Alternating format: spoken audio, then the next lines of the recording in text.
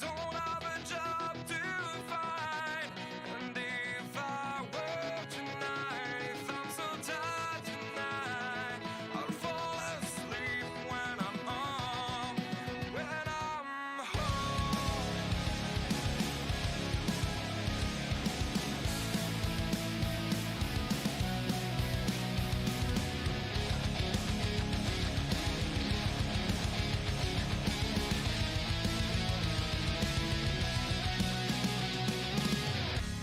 I was just so far from here, focused on my own way, with never looking back to those who lived in fear.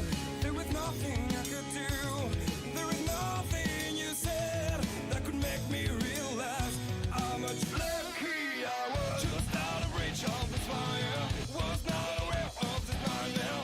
But when I stopped to see through sight, begging for help, begging for hope, just need to open my eyes now to try to change them to sunshine, to be someone among others. I've got to try it. If I bleed tonight, if I am sad tonight, I don't have a job to find. And if I were tonight, if I'm so tired tonight, I'll fall asleep when I'm home. When I'm home. No way to go, no one that can see through at the side of the light. I can see my life is crap, I have to see them too. I just live into my world, far from the pain, the fear. Just out of reach of the fire, was not aware of the start of hell. But when I stopped to see through sight, begging for help, begging for hope, just need to open my eyes now to try to change them to sunshine, to be someone among others. I've got to try. If I bleed tonight, if I am sad tonight, I don't have a job to find. And if I were tonight, if I'm so tired tonight, I'll fall asleep when I'm home. I was so wrong, I was so blind, I was so dumb and out of time. I was so wrong, I was so blind, I was so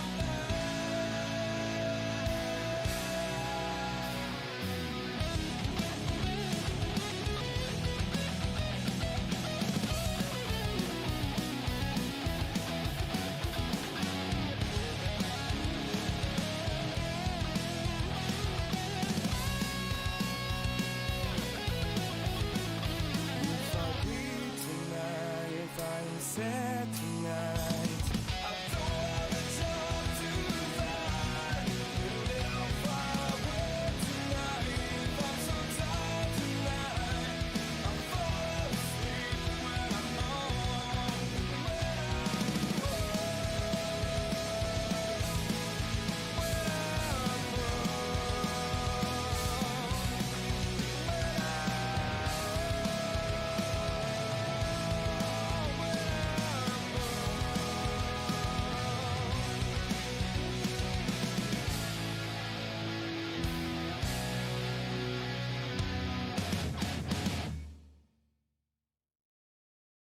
If I bleed tonight, if I am sad tonight, I don't have a job to find. And if I were tonight, if I'm so tired tonight, I'll fall asleep.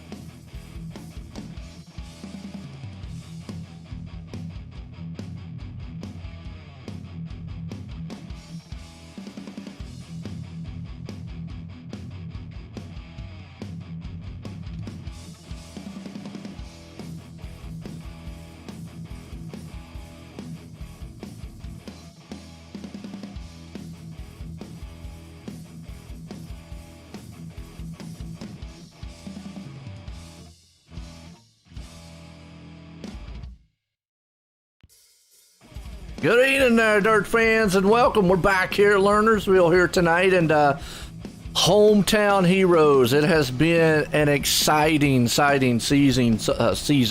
I don't know where I got that word from, but season so far. That's easy for you to say. Hey, look, I'm telling you, I come up with new words every week, folks. So get your pencils and papers out. If you want a whole new dictionary, hey, check out the stream, man. The broadcast every week. But tonight, we got some special things. And correct me if I'm wrong here, John. Tonight's Veterans Night. I believe it. No, I don't think it is. I think next week's Veterans Night. Next week's okay. My bad. I'm off one. Tonight is the non-wing 360s. Right. Yeah. Now I was about to get to those because after this, obviously we got our 305s out here like normal to kick off our everything that we got going. But then, like what John just said, we've got the non-wing sprints, and if you've never seen them, John said those are well, they are 360s, so they're the same as what we'd see normally, but they're going to be more ill handling because obviously you don't have all that downforce and the wings in it. And then later on, we're going to have our 410s back, right? No, we'll do the 360 winged, and then we'll do the 360 non-winged. So okay. Everybody will run back to the pits, take their wings off the car, and we'll do it again. There we go. So, just get the pit crews and all that hyped up and ready. It looks like we're about to head over to our Pit Stop podcast. Our qualifying session here right now as everybody here tonight for the Cool Rays Heating and AC Coast2Coast Racing League. And I tell you what, I appreciate Cool Ray. I don't really get to talk much about Cool Ray out there. I know it's Andy Piercefield coming on board, getting some exciting things. Been one of the title sponsors to the actual league itself here at Coast2Coast Racing. But if you're down in the Atlanta area, Georgia area, in that area, and you're looking for plumbing, AC, anything electrical, definitely check them out, give them a call. And I know, especially with hot areas and so forth and so on, but definitely appreciate them being a title sponsor. And Pit Stop Podcast, every Sunday here on the Coast2Coast Racing Network on YouTube. Check those guys out. You got Preston Cranmer, Roger Craig. They bring you the news of the league, what's going on around, and they have some good special guests on there, drivers, sponsors, and so forth and so on. So definitely check them out there on the YouTube channel. As qualifying underway here, John, and let me get my stuff over here set because, folks, we love doing something special during qualifying session here with John. We kind of call it our ride along here with John to show you what these guys are going to be up against in the cars and what they can maybe expect around these tracks here with these cars. So, John, what you got? Well, this week I'm going to focus a little bit over here coming out of turn 2. Right about here on the track. This seems to be kind of a trouble area outside of the obvious, over there in 3 and 4 where everybody kind of goes up over the hill. But the car-to-car contact seems to be happening in this area. And from this view here, if you look off of this, you're kind of looking up at the horizon. You can't really see up next to you and everything else. And this lane will work later, but to make this work, you've got to drive the car up the hill like this and keep it as straight as you can, which puts you up here in this top lane. Now, I'm going to go back around here real quick and show you the view from the top lane when you get up there. And the big thing is, up there, at certain points of the race, that lane is so much quicker and you get bigger runs off the corner. So if you're up here, you got the guy all the way down there at the bottom. You can't see them, but you have a big run, which means that by the time you get down to here, where you're almost back full song, you've got somebody sliding up either in front of you or right next to you and into you, and then it knocks you down this big hill back here. So, driver awareness is going to be really, really important. I mean, guys got to really know what's going on around them, and it's just tough. Those are honest mistakes and stuff like that when you come up and get into them. But that's really the trouble area. So, that, everybody watching tonight, that's the area of the track that you can look for. I think you'll see some action happening. Sounds good. Like you said, as always, getting set here for our heat race number 1 here tonight. And these guys, men, are about to gear it up here. So we're getting set. Just give me a second here, folks. All right. This thing here set up. Heat race number 1 here tonight. That's right. Lucas Oil Empire Super Sprints, 37 years, 360 sprint car action in the Northeast U.S. and Canada. They got a lot of stars out there. Check out more information. Get them out over on Facebook and Twitter. As always, Lucas Oil Empire Super Sprints here tonight. Heat race number 1 about to be underway. Going to be a good one. Yeah, I think so. I'm looking through here. You got Josh Gerlach up here on the front row with Dean Reynolds, Randy Shreves, and Lance Ripka. Oh, man, that's a tough 4. Anyone behind them are going to have a hard time wrestling one of those spots away. I'm pretty surprised to see Greg Boydell and Roger Craig down the list a little bit. Yeah. Usually those guys got a little more pace, so maybe they ran into a problem. But like I said, that top 4 there, that's a sweet spot. That's what's going to punch your ticket, keep you out of the alphabet soup, and to get you into that feature and main show. And that should be the goal 1 when you start your heat race. Get into the show. Then your next goal, is in whatever feature and to do the best you can. So. Yeah, that top 4, that's the place to be. Absolutely. You got, like I say, Dean Reynolds up top there, Gerlach second, Ripka there in third. And it's kind of cool, man. I've been seeing Lance Ripka here lately racing on some NASCAR series. He races another series that I actually broadcast on. So I always say, hey, there's the dirt track guy. So difference in driving there. What's that? Night and day. You go from dirt to asphalt, different car to different car. So it's interesting to see him right there starting in third. But pace trucks off. Here we go. Like you just said, John, top 4 guys go to the feature. The rest of them going to have to run that backside. Looks like Ryan Carlissi did not grid it up here tonight, so he's definitely going to have to go into constellations. Green flags out. Reynolds and Gerlach up front battling. As you can see, Shreves, Ripka, and all, they're 3 wide for the 4th place spot. Yeah, then they kind of string out a little bit going into turn 3, but once again, they double them up once they get into the corner. We got one already up over the edge there. Oh, Kemper. Yep, Jeffrey Kemper there. That's a tough break. That's going to put him back in the B or C feature tonight. Yep. And then you got G.J. Boydell trying to close in on Ripka right there to try to get to that 4th place spot. As in the meantime, you've got Gerlach and Shreves. Now remember, we've seen this a multitude of times. These guys up here are in the show, but coming out of like turn 4, last lap, to get up there and they say, well, I want one more position. I want it. And then they get collided. As you see, boy, look at Gerlach. Throws that slide job on the inside of Reynolds. Oh, he couldn't get it cleared. Yeah, right there I was telling you got to know to bail out. That's a nice job by Josh there to have that awareness to know he couldn't complete the move there. But the reason they're racing so hard, the winner of this race is going to sit on the pole for the feature. So, wow. These cats got something on the line here. Front row starting spot in that feature. So, they're fighting pretty hard for it. Absolutely. Excuse me, got choked up there, folks. Reynolds, though, still out front. You got Gerlach there in second, Shreves there in third. He's got Lance Ripka moving up on him. Still G.J. Boydell outside looking in. All unfortunate Bob Curtis in the back.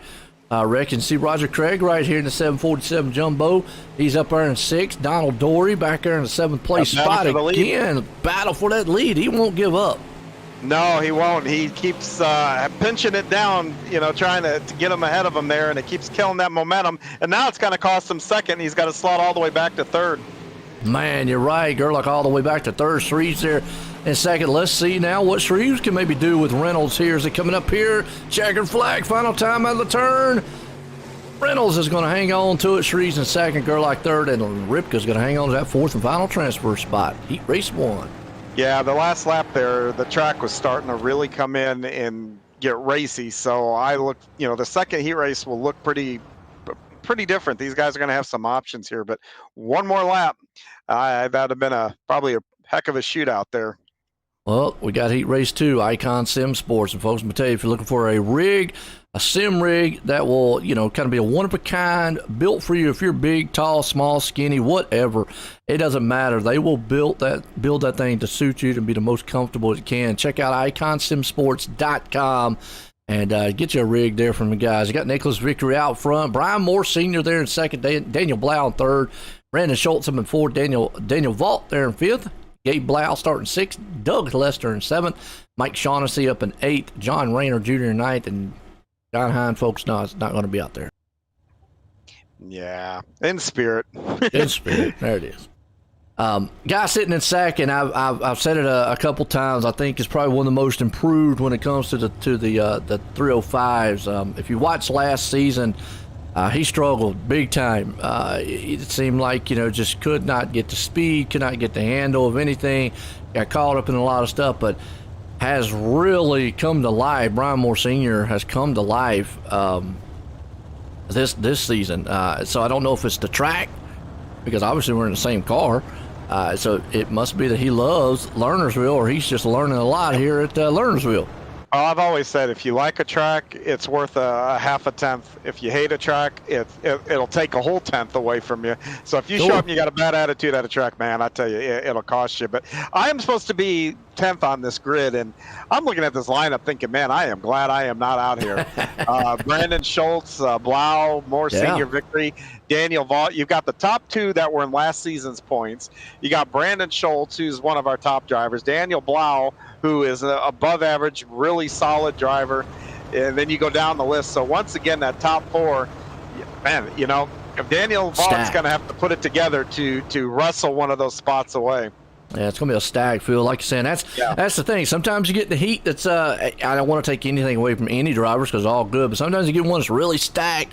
The other ones are not. We will say that, time to time. But, to me, they're all competitive and whatnot here. But Pace Truck's going to duck off. Here we go. Victory Moore up front. Remember, top four go to the feature. Green flag, green flag. And slowly around turn 4.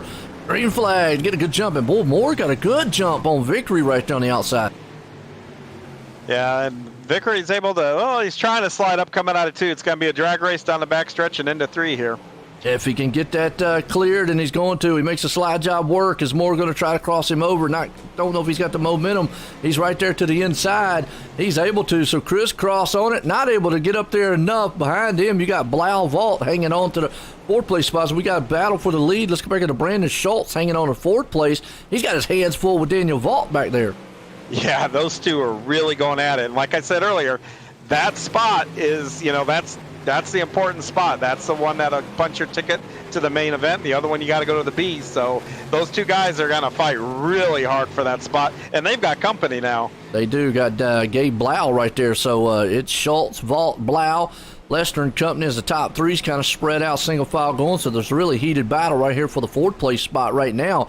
As you see it, we'll see Vault trying to just sling that thing around. They're 3 wide for the 4th place spot. What a race. Yeah, it's an incredible thing to sit here and watch. They're just trading it from lap to lap. And now the thing is, with Gabe Blau behind him and now the other car behind him, one mistake is going to put you in a C feature. Oh, we got a little bit of an issue with Gabe there. Yeah, wow, I hate to see that on his end. Like I said, Gabe going around. Unfortunately, still the top 3 kind of spread out. Daniel Vault's the man outside looking in. As Brandon Schultz right now is kind of moving away a little bit. Is he going to be able to climb up there and get, well, he blinked a little bit. I don't see that on him. But white flag one more time for that man out front, Nichols Vickery. Well, we got a battle for second. Yeah, pretty good battle for second. We'll see what happens here in the final corners. I think Daniel knows he's in the show. Let's just bring it out of turn 4. He's going to stay there. It's going to put Victory in the victory lane. Moore Senior in second, Blau in third. And Schultz brings up that final transfer spot. So puts Daniel Vault outside looking in as we head off to heat race number 3, Super Dirt Car Series, folks. That's our title sponsor for heat race 3 and tomorrow night for the Thursday Night Thunder. But they are the Northeast Premier Series, showcasing some big block modified premier drivers from Florida to Canada at the Super Dirt Car Series. They got some exciting stuff. Check them guys out. As of right now, we got Jeffrey Barker out front. Patrick Spangler there starting in second. Joe Canellis, hope I said that right there, in third. Lane Snook starting in fourth. Zach Chapman in fifth. Kurt Schatzer up in he's in the fifth and Chapman in sixth. Billy Richardson in seventh. Steve Bixler there in eighth, and Bob DeGood's going to round out the ninth place spot. Again, top 4. So it's another pretty good guy on the outside looking in right there. Chapman there, right there in that area, and Bixler. Yeah, Zach's going to have to move up. So the same with Bixler, and Lane. When you put Lane on the cutoff, you know he's a tough guy to pass. And that's a question. Yeah. Canellis, is that new? Is he new? I don't remember seeing his name too much. I don't recall seeing him either. So I mean, if it is his first night, I hope he comes back, watches broadcasts, and welcome to the league. Yeah. So it'll be nice to see him, and he's next to a good one, and then behind a couple of our veterans there with Jeff Barker and Patrick Spangler. So Yeah. he's around good company here. So we'll see how he nestles in here. Yeah, I mean, and it could be he runs in another series. Man, there's many series, folks. Go check out the C2CRL.com. There's many different series. There's some series that are not broadcast. So yeah, very well he could have been racing in those. And I came out here tonight for the hometown heroes here tonight. As we're getting set with the pace car off, Barker and company up front, green flag, and boy, look at Spangler. He got a good jump out there with Lane Snook on the outside, but here comes Barker back down on the inside, going to try it. It's a battle one for second place right now. Yeah, the top looks dominant right now, so that's where you're going to want to be. And Jeff's going to have to slot himself up behind Zach, or he's going to get freight trained by the field. And right now, that fourth and final transfer spot, Chapman was able to get up to third. Barker there in fourth. Bixler outside looking in. He's got a little work to do to get caught up there. You see Snook trying to battle on the back end of Spangler. We'll see what he does. He looks to the inside, battle for the lead right now. Is he going to be able to get it? He gets a slide job, but then here comes a crisscross round with Spangler. That's the one thing about these sprint cars you see. Well, they start doing that, I start calling it like the do-si-do. Yeah, and if you got to get behind you and you're anticipating that slide, there's things that you can do in the car to make sure that you get that run off where you can make that crisscross. So Barker off the track. Oh, Sorry no. about that, John. That was a fourth place man right there. Zach. Oh, no. Chapman in the wall hard. Boy, I tell you what, action up front already. But look at this. Barker is in trouble. He's off the track. Wow. I think that Bixler kind of moves into upset the fourth rhythm. place. Man. Yeah, But I know you were saying something. Boy, that's feature implications right there. Yes, it is, and they're going at it in turn 1 and 2. But back when I was saying, when you watch these guys when they slide each other and you watch the turnover, you actually plan for that, middle of the corner, and you set your car up to get that run off to make that move. So there's some strategy. I mean, believe it or not, even though they're going in circles and high rate of speed, there's a little bit of chess being played out there. And it's awesome to see, folks, because like I say, the control that they have with those cars when they get it done. Right now, Steven Bixler, he has that spot, but Billy Richardson right there behind him would love to get that spot away from him because that's that fourth and final transfer. And we talk about Joe Canellis. He was able to sneak it back up to third. He fell off the pace a little bit to start. Out of turn 4, it's going to be Steve Bixler hanging on to fourth. Lane Snook winning it. Spangler there in second. Canellis going to hang on to third. So, wow, what a heat race that was. That brings us into heat race number 4 here, folks. Gambling Motorsports, an esports racing team here that loves dirt, sports car, asphalt, and endurance. And they love doing those little long endurance style, Daytona, Le Mans style races. But check them out on Facebook. And if you're into books too, not only do they love racing, they love books. So they got a book club, so you can have your racing night and book club night. So check them out on Facebook, Gambling Motorsports. I found that out last week there, by the way, folks. So Tom Taylor out front with Andrew Smith there starting the second. Donovan Ross third. Trent Verstraetens in fourth. Terry Landis up in fifth. Brandon Dittmer starting sixth. You got Gary Taylor in seventh. Craig Vaughn there at eighth. And Chase Blau rounding out the ninth place spot. I got to ask, though, John, what kind of books do y'all read? Because if y'all don't know, John actually is the main man at Gambling Motorsports. He's just I wouldn't say man. We're a team there, but this one here we're reading about the first one we're doing here is Future of Humanity by a theoretical physicist. So we're doing a good job of reading, and we're doing a good job of reading and feeling really dumb. Is that what y'all do? I mean, I'm kind of curious. I know it's not race related, so folks know why I want. But real quick, what do y'all do? Y'all just get together and somebody reads the book? Well, right now we started reading it, and I'm sure we'll talk about it at some point. Also, y'all just talk about it. Nobody actually reads it out. Oh no, yeah, we read it on our own, and we'll talk about stuff. Well, that would be cool if y'all all get together and have one person read it out to you, and then y'all talk about it. That'd be kind of cool. Nah, we got different schedules and different lives. Here we go.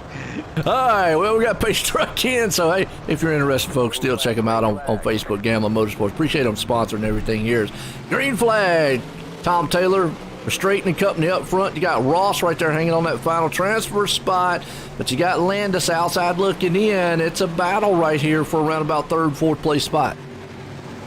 Yeah, they're side by side there from about fourth on back. So again, they gotta lots of contact, and they've got to be careful. One mistake's going to take you out of the show here. And we have seen that a million times here on these 305s here at Lernerville last lap. And guys are in the show, next thing you know, they're not. Right now, Terry Landis is trying. He's hanging on to 6.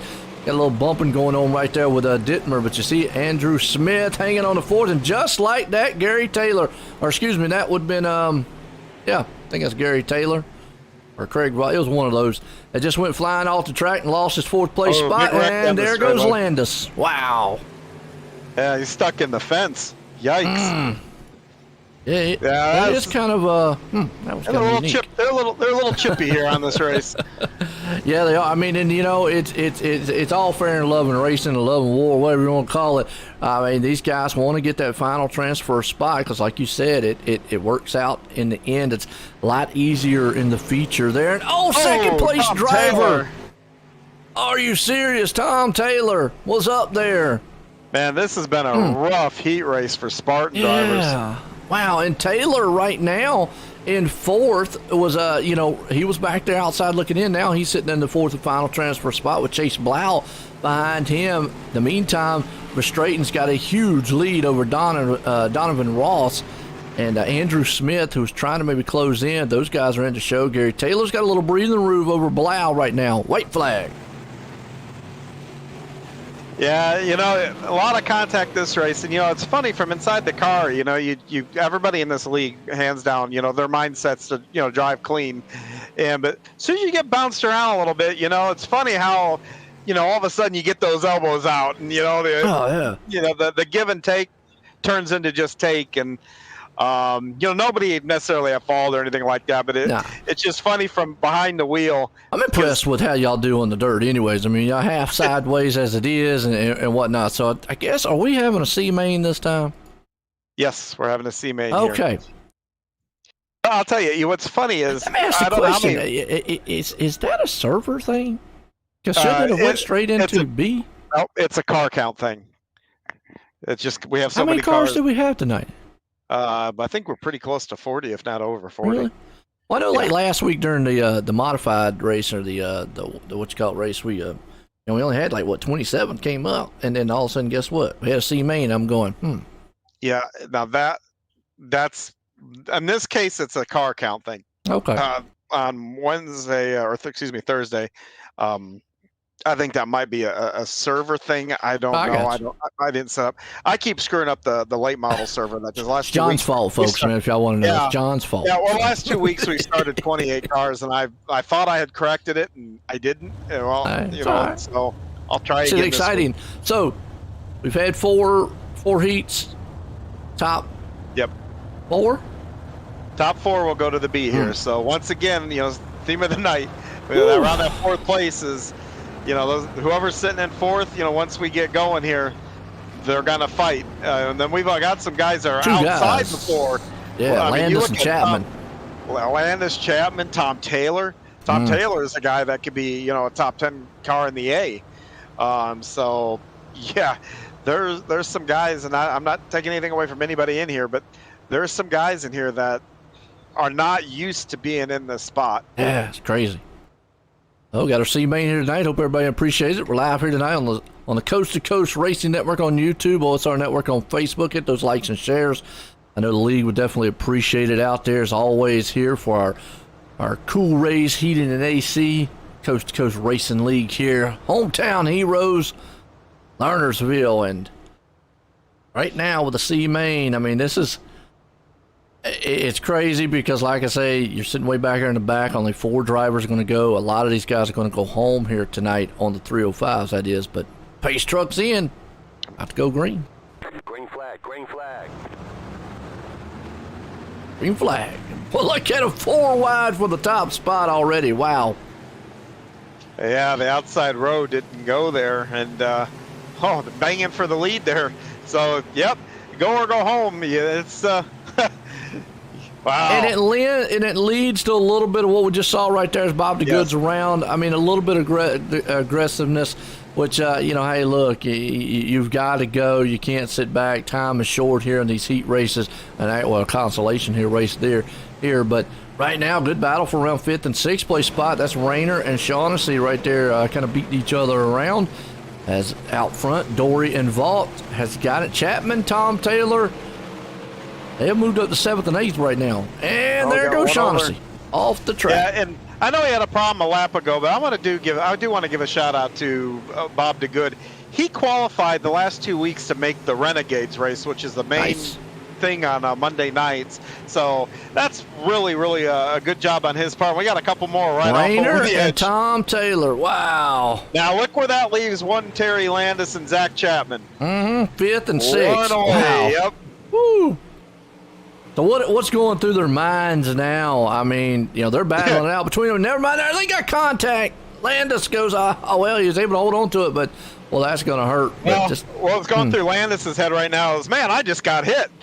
yeah, true. I mean, But if you're in that 5th and 6th and you've got that gap, you're watching ahead of you. You're wanting them to race hard, lose track of where you are, so you can sneak up there and get them. That's what you're. Yep. And Zach's closing in on 4th, and 4th's got his eye on 3rd. So if he starts, trying to do different things, trying to catch 3rd, that can leave the door open for you to get up there and snatch that position away. So as a driver, you're an opportunist at that point. You're looking for your opportunity to get that spot.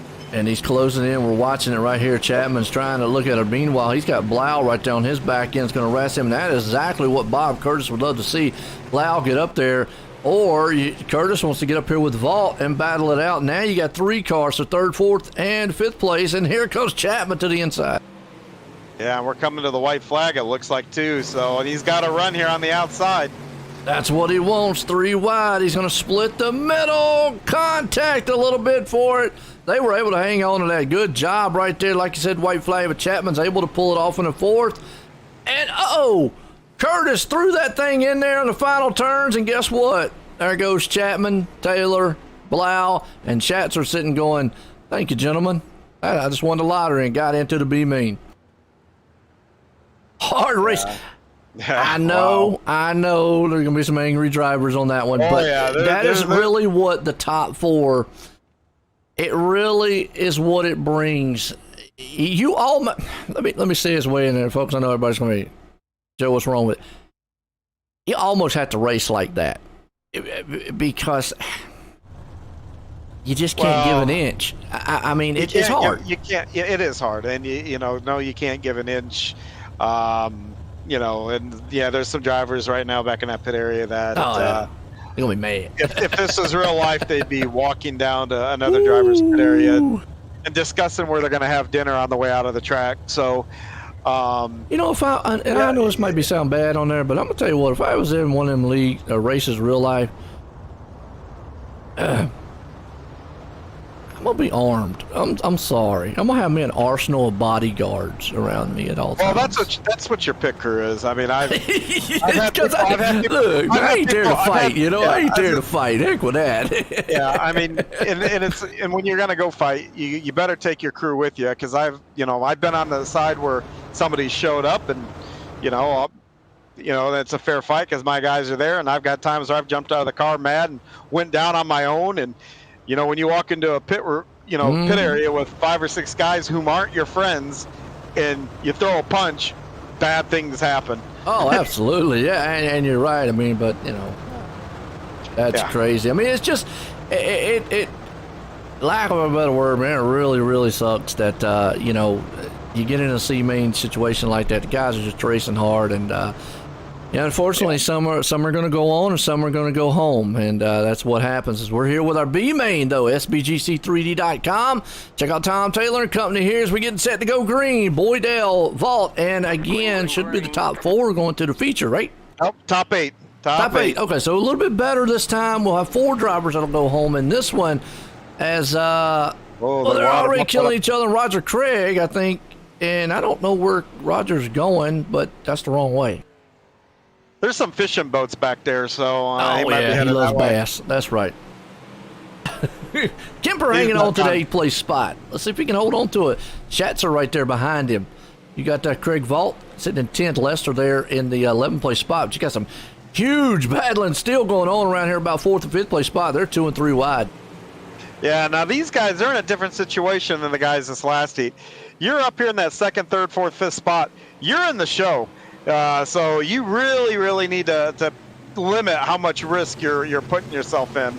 Gotta ask a question right there, and I just saw it, and I've seen it all night long. Guys seem like they are running up on to the guy in front of them. Is it maybe something with this track that the guy in front braking? I know they don't really brake a lot, but how the momentum is, because it looks like it's more than right there is basically contact between Barker and so forth. But it just looks like I'm going to reference it to a NASCAR where everybody has different braking points and how they enter the turn and exit the turn, and the guy behind them, it just, can't react fast enough and he runs into him. I've seen that several times tonight where we haven't seen it in the past so much. Is this track changing a little bit here, or what do you think? Well, what it is on the outside, you can still almost be wide open a good portion of the time.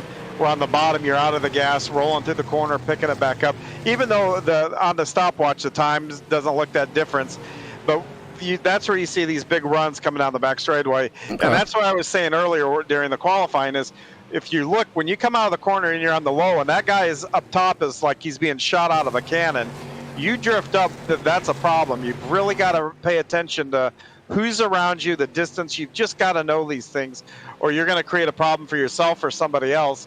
And if you're on top and you see that guy go down low, you've got to be wary and be ready for him to pull up. So if you have to make it action or some kind of action or whatever, you're just ready for it. So this track, it's a challenging track. Guys either seem to really like this place or don't like it at all. Yeah. Well, Craig Vault sitting in that 8th place final transfer spot, looking pretty clean so far. In the meantime, Dittmer out front, coming around for the final time. He takes the checker flag here in SBGC3D.com. B main, Vault's going to come home in 2nd, Boydell 3rd, Blau 4th, Kemper 5th, Dory 6th, Shatner 7th, and like we said, Craig Vault going to round out that last transfer spot. What a race that one was. Yeah, a lot of beating and banging and whatnot. And I like it. It's exciting. I mean, I know the drivers out there probably don't. They're probably like, forget about it, but I love all the beating and banging. Well, folks, I'll tell you what, don't go anywhere. We'll be right back. Get a word from some of our sponsors here tonight.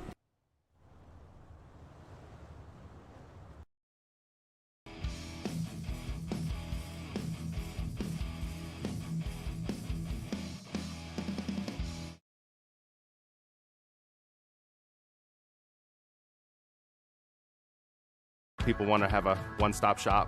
They need us for now.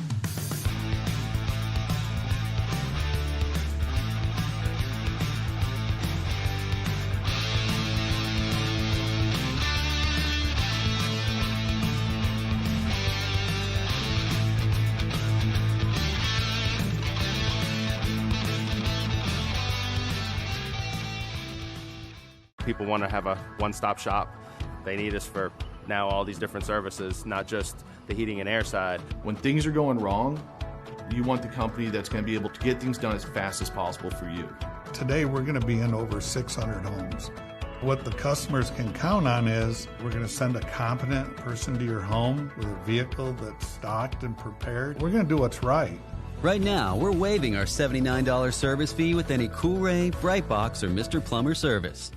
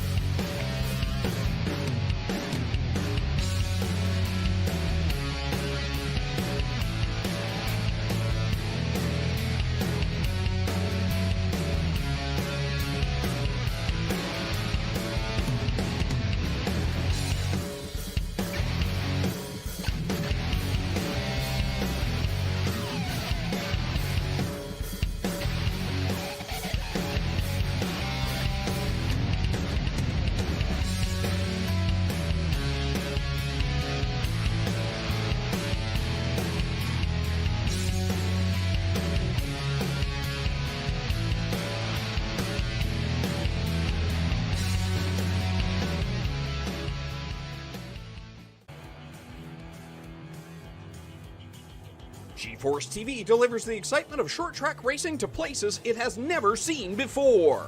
With dynamic production elements and state-of-the-art technology, GeForce TV proves what the racing community already knew.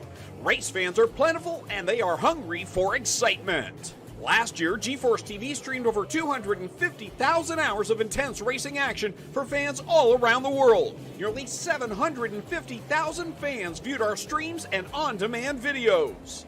By the end of the racing season, our subscriptions rose more than 400%. What does all this mean for you and your business? Motorsports marketing in Canada has never produced such amazing and measurable results. Cashing in on the benefit of motorsports marketing is easier than it's ever been. Work with a team, work with a speedway, work with a series, or join the excitement directly with us at GeForce TV. We are excited to see you all back at the races. But until then, see it all on GeForce TV. Subscribe today for free at GeForceTV.net.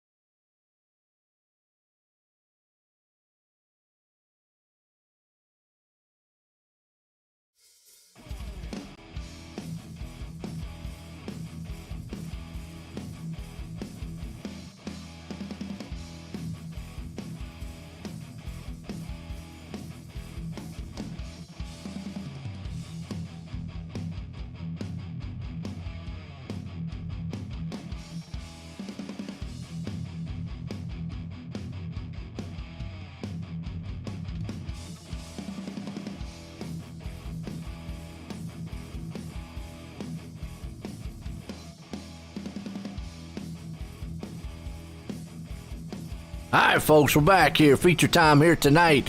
That's right. Cool Rays, Heating and AC, Coast to Coast Racing League. Feature time here for the hometown heroes and the 305s. And I tell you what, John, fireworks, whatever you want to call it, big bangs and the heats and consolations has been here tonight. Wait till we get this feature underway. I know all these guys are capable of winning. And, from the racing we've seen, the track looks good, the cars look good, and this one could be a wild one. Yeah, I think somehow when they got to the track tonight and unpacked these cars, they're driving them like they think they're in street stocks as much as they're swiping in. But this one should be good. A lot of good talent here, and I'm looking forward to it. They unpacked their patience in this with them, too, so there you go. Oh, they're going to have to with this slick tracker. They're going to go over the edge, and it's going to be nobody's fault but their own. Pace truck's in. Here we go. Green flag. Reynolds nip victory out front. As the green flag flies, we're racing feature time here. Oh, look at these guys storm off into turn one. They're already 2 and 3 wide in the back. Yeah, they are, and everybody's jockeying for that position to get where they want to get. You know, some guys prefer the bottom, some guys prefer the top. So right now is where they're. Oh, we got one upside down the front Gary stretch. Taylor. Well, he slammed that wall hard. Let's go back on him. Because we saw it in the back there. He was up top. Let's see if he had a little help. He was a little bit wiggly, and then the other car kind of got him, and boy, he just slid up into that outside wall hard. That was a hard lick. It looked like his back came out a little bit, and with these cars, when you get that back out and hang it out like almost like a full drift, you're scrubbing a lot of speed, and the guy behind you sometimes cannot guesstimate how much you're scrubbing, and that's the kind of contact that happens right there. Yeah. It's not really anybody's fault. It's just it's racing, and you know, and to Gary's credit, had he not got that tap, I think he would have corrected it. But but when you just take the green and everybody, you know, all 24 cars are under a blanket, you don't have the room to do that. You know what's crazy is what you just said right there. When they kicked the rear out, you know, last season at Cedar Lake, you know, we talked about these 305s, and obviously 305s are less powerful as the wing sprints. and bogging down. They don't have that power to kick them sideways. It's funny to say now that these guys are able to kick them around. That just shows you the difference in tracks and track surfaces and whatnot, because it's the same car as last season. Same horsepower, same setup and all that. I mean, just a different track and whatnot. Well, I say same setup. I mean, same fixed setup. But and this track is a little bit quicker. You open up a little, you drive them completely different. So it all makes a big difference. Last week, Thursday night when we were at Bristol, some of the stuff that wouldn't happen on a regular track happened there because of the speed you're carrying. The speed differential from track to track. Sure. Yeah, it really keeps guys on their toes, and you got to adjust to it. Well, you got Snook out front here, and that single file start right now, and he's got Vickery behind him with Shreves. They're already going to go side by side for around about the second, third place spot. In the meantime, Lane says he's loving it. He's got clean air, clean racetrack out front as the battle's on for about third, fourth place spot. And got a car off the track way back in the back. That looks like who was it? Oh, Canellis. Unfortunately, he was able to get it back on the track, so we keep going. Oh, and now I got a caution. We got Gary stopped there over trying to get back on the track. Okay. And, well, I thought it was because I didn't see anybody crash, so I figured it was probably somebody who, like you said, just waiting to get back on the track. And if anybody's watching, Gary didn't sit there and purposely bring out the caution. You know, where the cone is all the way in the back, in the gate, if you sit back at that cone to not cause it, you have a hard time seeing what's coming up and around. So if you go piling out on the track, you might run into somebody. Very easy to do. So you've got to get up on the edge of the track so when they go by you, you can get out there. So that's what the thing is there. It's, unfortunately, it's just a circumstance in the track layout. That's what caused the caution there. And Gary can rejoin the field here and continue to have fun here. Maybe even, I know I think maybe a lap or two down, but the way they've been tearing cars up tonight, he might gain a spot or a few spots before this one's over. Absolutely. Here we go. I'm going to go back. Green flag.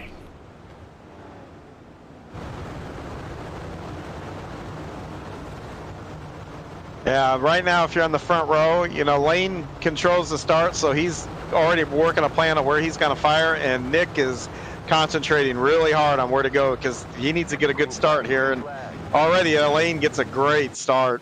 Yeah, he does. Lane's got that outside there and gets out front. You got Victory and company back here with Moore Senior. They're all packing it up 2 by 2. And back around about the 10th and 9th place spot. Boy, look at that mess. Yeah, that's the proverbial hornet's nest from there all the way back to about 20th. Wow. And they were all 4 wide there for a moment with Blau, Ross, Gerlach for straightening company around about that 10th place spot. They're still 3 wide back there. Ooh, a little bit of touch contact. Somebody back. Looks like Andrew Smith and company. It's a big one back in the back with Steve Bixler. And it finally brought the caution out. Yeah, that caution came out before they were actually even done wrecking there. Just we're going to Malcolm Mills replay and see it real quick. And I was watching a little bit of it. You see Bixler right here, and happened in front of Bixler. He was just kind of nowhere to go and piled into it, and cars all over the place, and just one of those. It's a thin track, nowhere to go, and just not a lot of room when you see cars in the middle of it.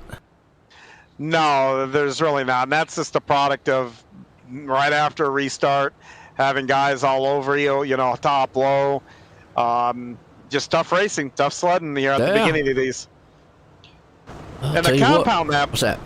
If you start on the top, and let's say you're a guy that wants the bottom, then you're looking for that hole to get to the bottom, and then the guy in front of you could be on the bottom, but he wants on the top. So, you've got guys on different agendas wanting spots on the track, and so you just obviously you can see it. You can't just turn your blinker on and change lanes, and that's what makes it tricky right on these starts. Should be a good one here. This looks like we might go single file on this one.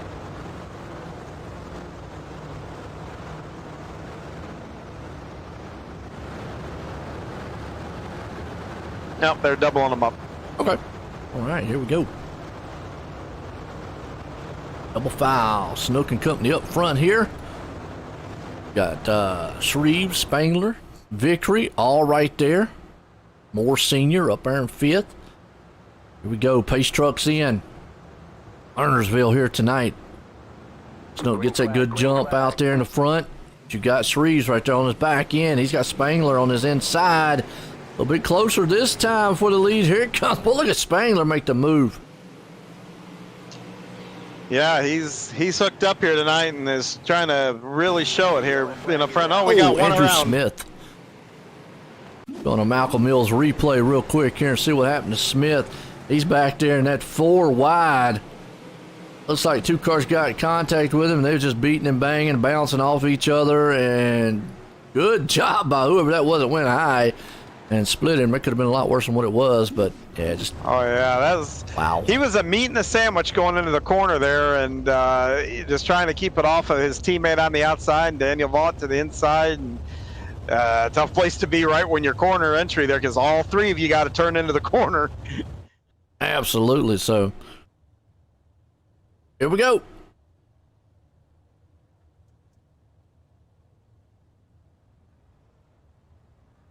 Nook, Shreve, Spangler, Moore. How's everybody doing out there? Who's your favorite driver? What's up, Victory? Oh, restarts were... I don't know, man. That's a good question. Where are all the restarts? I know when I admin, I make the restart. As you enter turn 3, there's a little break between the wall right in front of the orange cone there, but I don't know where the admin told them tonight. So that's an admin call. Some guys want them. Okay. There's an orange cone down there. Some guys say, you can fire at the orange cone. I think a lot of times the green is actually out when they hit that cone. So I try to back it up a little bit, because I do believe that the leader should get. If you're up lead, it's an admin call. Yeah. Could be race to race and whatnot. So, man, that's a good one. Okay. Yep. Chapman said that one hurt. Yeah, hard racing out there, man. Yeah, it really does. He was in a bad position to begin with, and had to do what you can do to try to get in the show here, and it just didn't work out. So, pace trucks in. Here we go. Snook out front. You got Shree, Spangler, and all, and already got a car a little bit sideways. He's able to hang on to it back there in the back, but boy, up front, it's still a battle. Here comes Victory, though. He's on the 4th place. He's trying to see if he can't rumble to round 3rd. Yeah, Spangler got up there, and man, it looked like he's down in the grass down on 1 and 2 the last time they went down through here. Yes, it was. Right now, Verstraeten's there with it. Moore Senior. It's a good 3-cart battle going on right here as they're on the back end of their tail tanks all around this track. Yeah, they are. The battle for 2nd, 3rd, and 4th is tight, and you got Brian Moore by himself, and then you got a whole gaggle of cars from there on back. Yeah, back around 19th place. Wow. Yeah, so you got clusters all over. I mean, like I say, we got that 2nd place battle happening. There was Shreves, Victory, Spangler, and then, like you said, you're going back a little further around about 7th and 8th place spot. Schultz, Verstraeten, Ross. That's kind of just how it leads to. A little spread out and little clusters of style racing, but just good stuff all throughout this field. Yeah, and the crazy thing is that battle for 2nd, if you're watching, each one of them are taking a little bit different line through the corners. We got a caution, looks like Dean Reynolds. Dean Reynolds looks like he might have went over the Mills. edge. Yeah, Malcolm Mills here. Replay. We'll see. Just right off the hump, off the track. He done. Easy to do. That's right. That's why it's a unique style track here. There's no walls in the corners or anything. I say it each week. It's in the name, Lernerville. You learn real quick that cushion can be fast and rewarding, but it also can be dangerous and unrewarding, so to speak. Yeah, it can. We had 2 midgets races here. One I was leading, one I was in 2nd or 3rd, and both times over there turn 3, off I went. So snap to the best of them. Yeah. And that's what, it's interesting to say that. I mean, because, John, I consider you like one of the top drivers here. I mean, you're up front a lot, and it's unique to say that. I mean, because no matter the skill of the driver, this track can make you think you're in control, and then the next minute go, hey, guess what? You're not in as control as you think.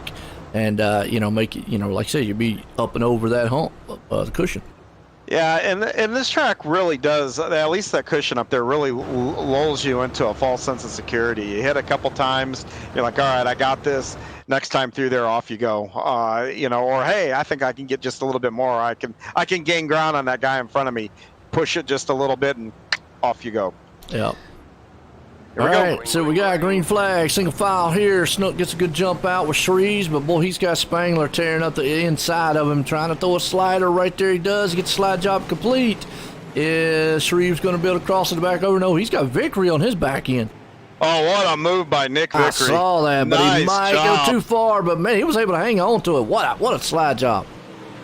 Yeah, so far the move of the night there by Nick, and he's going to have that run on the outside. This should solidify him into second here. We'll see what happens here in 3 and 4. As long as you don't lose that momentum, like you just said, he's up there in the second right now. Vickery, the battle's on around about 4th and 5th. You got Spangler, more senior there. Vickery really blading that top side cushion here and making it work right now with Shreves right there on his inside. Spangler for straighten has moved up into it. So round about that 5th and 6th place spot. I don't know who that was back there. Just hit the wall hard. Yeah. It didn't tell me who it was. Ross. Was it Ross? Donovan Ross. Wow. He's able to keep going, but he went for a ride. Slammed that wall hard. We saw that in the back end there, so it was unfortunate on his end. Whew. Hey, we said it was going to be exciting here in the feature from just what we saw from the heats and the consolation. It's just, I don't know, John, just something about the track tonight. I don't know. It just seems either it's slicker or more racier or something just seems different on the track tonight. I think these guys, have been here now for a few weeks and are getting a little more comfortable with the car track combo. And I'm going to be honest, I'm guilty when I say this. Drivers by nature are greedy, and I'm greedy behind the wheel, and that's what got me over the edge in 3 and 4 there in the midget. You see a lot of these incidents because you just want to get around the guy in front of you. You don't care if it's a teammate. You don't care if it's, one of your rivals. You want to make that pass. This track will lull you into trying to get more than what the track will give you. It's just real easy to do. And, like I said, it's that greedy nature of a driver. And when I say that, not putting anybody down here, because trust me, I'm as greedy as they come on that track. I always want one more. Yeah, absolutely. Even when I'm leading, I want a fast, consistent laps, and sometimes I want to see if I can go faster. Just it happens. Well, here we go. We're going to single file them up as it looks like we've got about 4 to go in this one here. So Snook has been the man out front. He's liking that out front there. He's staying out of trouble as the green flag flies. He gets another good jump, and as here comes Shreves to the inside of Vickery. Well, that second place spot, and here comes Spangler. And 3 wide for 7th, but Nicholas looks like he's got that outside rolling still.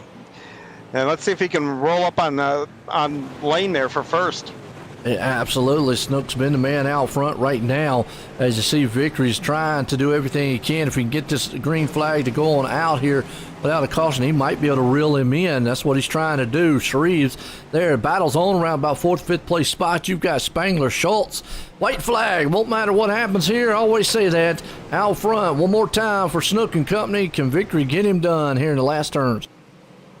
Unless Snook has a problem, it's going to be lane all the way here. Out of 4, you're right. He's going to be able to do it. Who's going to get third, though? Spangler drag raced out of turn 4 and took it away from Shreves, though. What a move that was. Spangler takes 3rd place, Vickery in 2nd, Snook out there in 1st. What a racing finish to this one. Yeah, good racing. For a rough night, some really good racing here. All right, let's see if we can go back here and get a word with some of these guys here tonight. As it's going to put 3rd place man Spangler, Patrick Spangler, that is. Let's bring him up here and get a word with him. Hey, Patrick, this is John up in the booth. You got a copy? Yeah, got a copy. Hey, man, you've had a heck of a week. It seems like you're in the Hornet's Nest. Monday night, I had a really good seat to watch you and Steven Fernberg. I'm pretty sure you guys throw sliders 25 out of the 30 laps of the Renegades race on Monday. And now this one, you're back to rooting and gouging and throwing sliders again. Tell me about your night. Yeah, that's pretty crazy. I was trying, because every time I'd get like someone by Shreves, or I just wasn't passing at the start finish line, somebody just park at the top of turn 4 and cause another caution. I think it happened like 3 or 4 times, so I got frustrating. But I mean, it was fun. And then Shreves was stuck to the bottom. I was at the top. I was just hoping I'd get enough laps green flag, or I'd get run around him. Yeah, well, it worked out, and that happened. Once you kind of got that momentum going, once we were able to put a few green flag laps together. Through the heats, anything else? I mean, did you have a plan coming in from your starting spot? And I mean, were you able to work the plan? Did the race kind of go as you expected, or do you think you could have gotten more out of it? I messed up qualifying a little bit, got into the grass a little bit in turn 1 and 2. But it threw me good for the invert. So I started second. I knew I had the lane behind me, and I think I was a 360 in there or something out here, because he can make a run like nobody else can. So he got past me. He is 12, so there's probably a weight issue there. He's probably light. Maybe that's what it is. Yeah, maybe something. You got to figure it out, though. Yeah, well, hey, man, like I said, Monday night, too, it was a heck of a show to watch. Like I said, I had a great seat for that. And so great couple of nights here. You got top 10 there, you got a top 3 here. Anybody you want to thank? Thank the Wide Open Motorsports guys for helping us out, and for you guys for putting this on, Roger for putting it on, Superior Interiors for the sponsor there, and just keep on, hopefully keep racking the podiums. Yes, sir. Good luck here in the next race. That's Patrick Spangler, our 3rd place finisher tonight. Absolutely, and we're going to bring up our 2nd place man here, Nicholas Victory, who outstanding job to get up there. Nicholas Vickery, this is John up in the booth. You got a copy? Sure. Yes, sir. How are y'all? Not too bad, man. Hey, nice run tonight. I'm going to tell you, that slide job you put in 3 and 4, the move of the race, hands down. Probably one of the best moves that I've seen season-wide, not even just this race. Walk me through what you were thinking right there.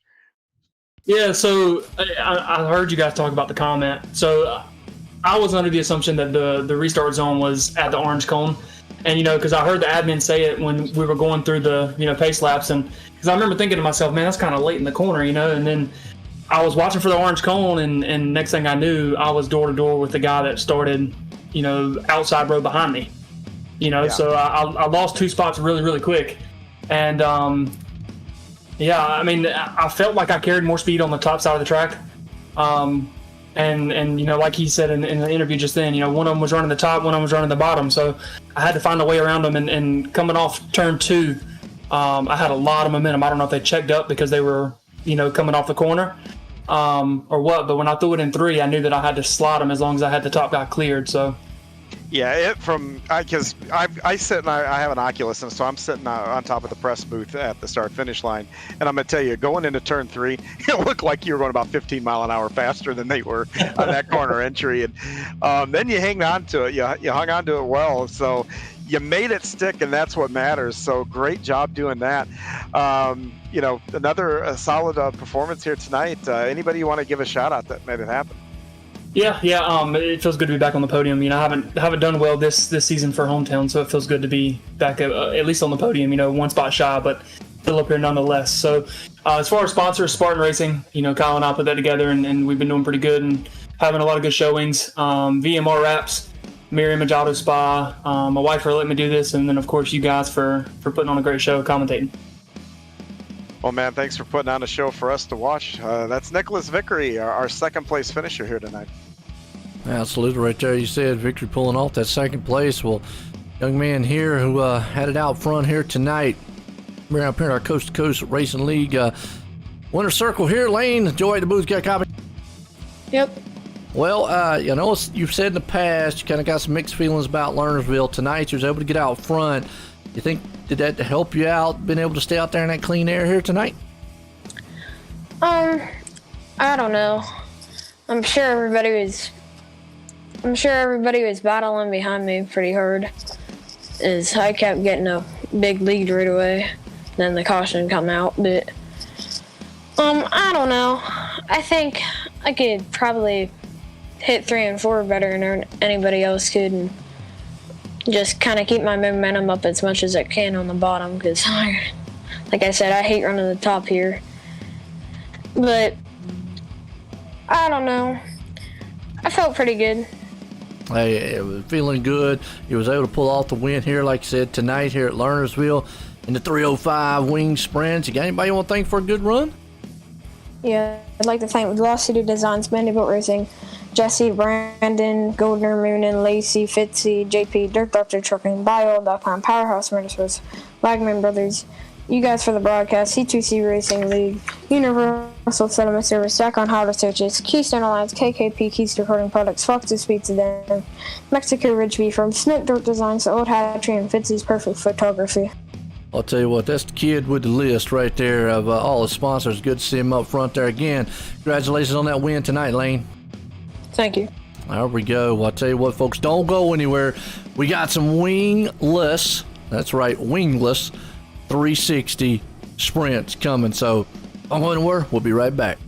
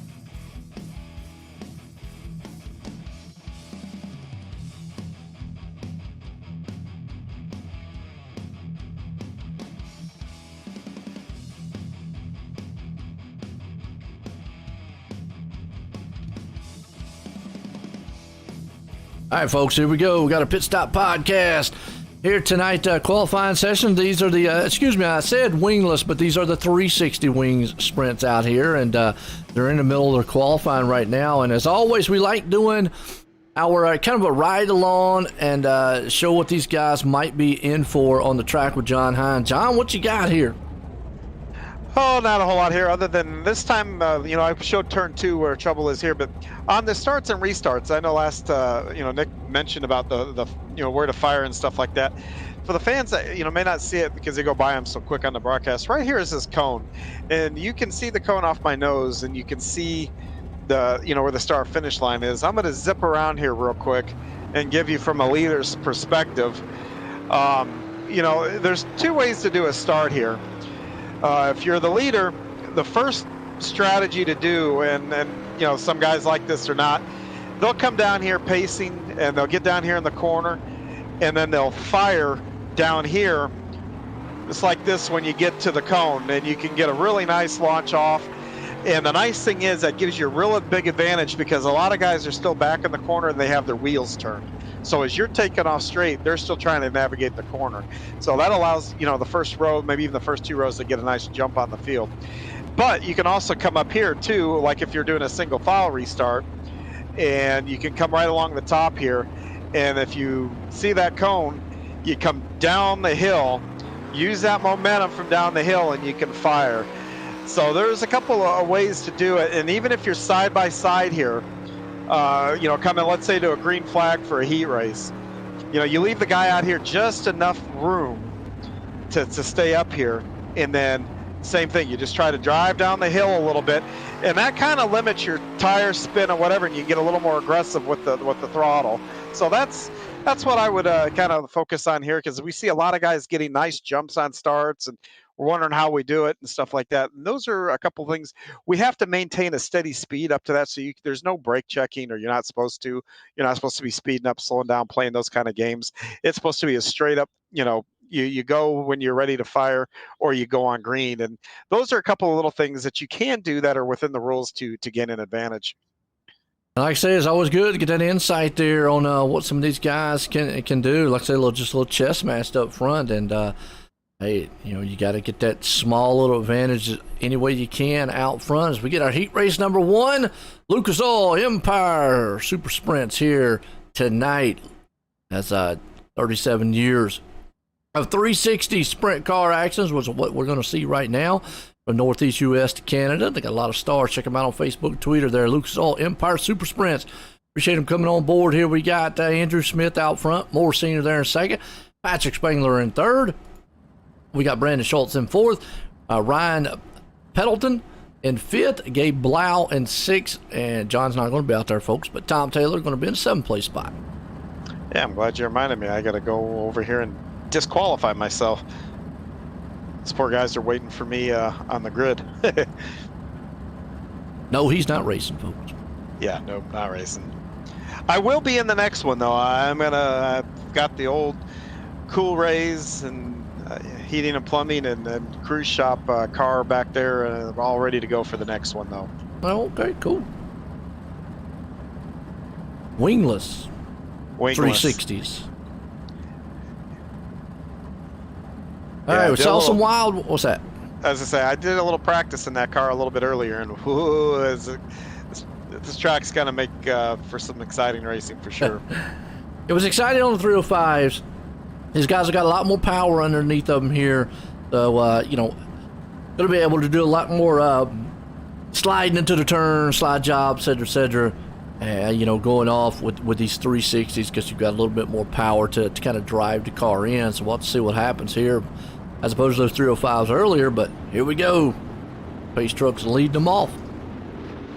Yeah, and this is an interesting heat race here. You got Brandon Schultz and Patrick Spangler, 2 guys that tend to be pretty quick. You got Ryan Pendleton, who I'm not real familiar with, but Brian Moore Sr., Andrew Smith. So there's, got Wide Open Motorsports in third. You've got SRC in second, Spartan in first, and Bandy Built in fourth. So you got a nice representation of our teams here in this heat race. Yeah, we do. Here we go. Heat race 1 here tonight. Lucas Oil Empire Super Sprints here.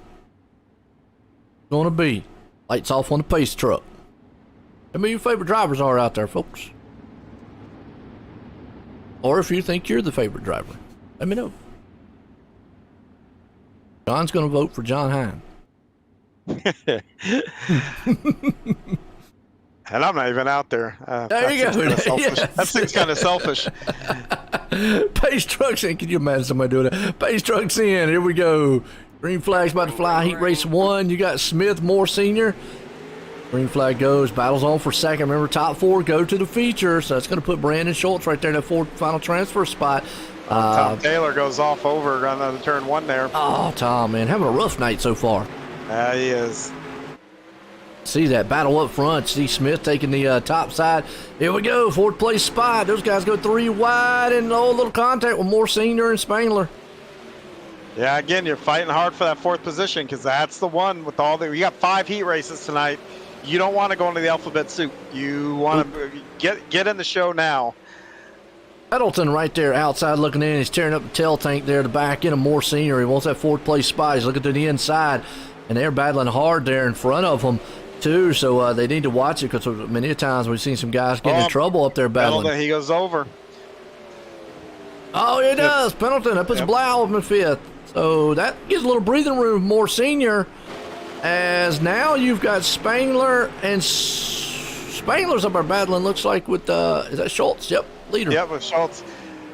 Yeah, Smith is around. Yeah, he was just in the lead or second, and he had a little problem coming out of 4 here, and his problems just multiplied. Wow, back in 6. Gotta hate that. Yeah, that's a tough pill to swallow right there. And you got now Schultz taking over the top spot, Spangler in 2nd, Moore Sr. 3rd, Blau right there in 4th. So everybody's kind of spread out evenly through the top 4 here now with Pendleton back there in 5th looking on. But yeah, just like that, that's how well Unite can turn. White flag. Boy, they click these laps off so much quicker than those 305s do. Oh, they do, yeah. Things can happen so much quicker in these cars. They come out of turn 4. It'll be all Brandon Schultz taking it here in heat race number 1. Lau's going to bring it home. Well, sideways home there out at 4 in the 4th and final transfer spot. Yeah, that's a close call for him. He almost jumped up over that cushion. And if you do it where he almost got over, that's not a recoverable place. You hit the wall when you go over there. Well, that brings us up to Icon Sim Sports heat race number 2. Check out iconsimsports.com. to get you a one-of-a-kind sim rig out there built just for you at iconsimsports.com. You got Zach Chapman out front, Roger Craig starting in 2nd, Nicholas Vickery in 3rd, Donovan Ross in 4th, Dean Reynolds in 5th, Chase Blau 6th, Terry Landis in 7th, and Bobby Good up there in the 8th place spot. Heat race number 2. Top 4 go to the feature. Yeah, and this is outside of Nicholas there, who had a podium the last time out. I'm looking at that list, and I do believe every single one of those guys on the list found trouble the last race. So this is a redemption race for these guys and to make this show. So, not only are they wanting to make it right here, punch their way in here early, not to get one of those Bs, they already know what it means to get into a B and C and find trouble. So you might see a little more what should I say, sense of urgency here with these guys to get in.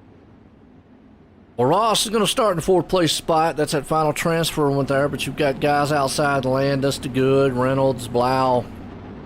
Let's see what happens here on this start to this one, heat race 2. Yeah, remember Reynolds was on the pole for the last race's feature, so he found a little bit of trouble there. So, like I said, there's no gimmies here in this league. It's pretty well a good stacked field, and a lot of guys looking for redemption.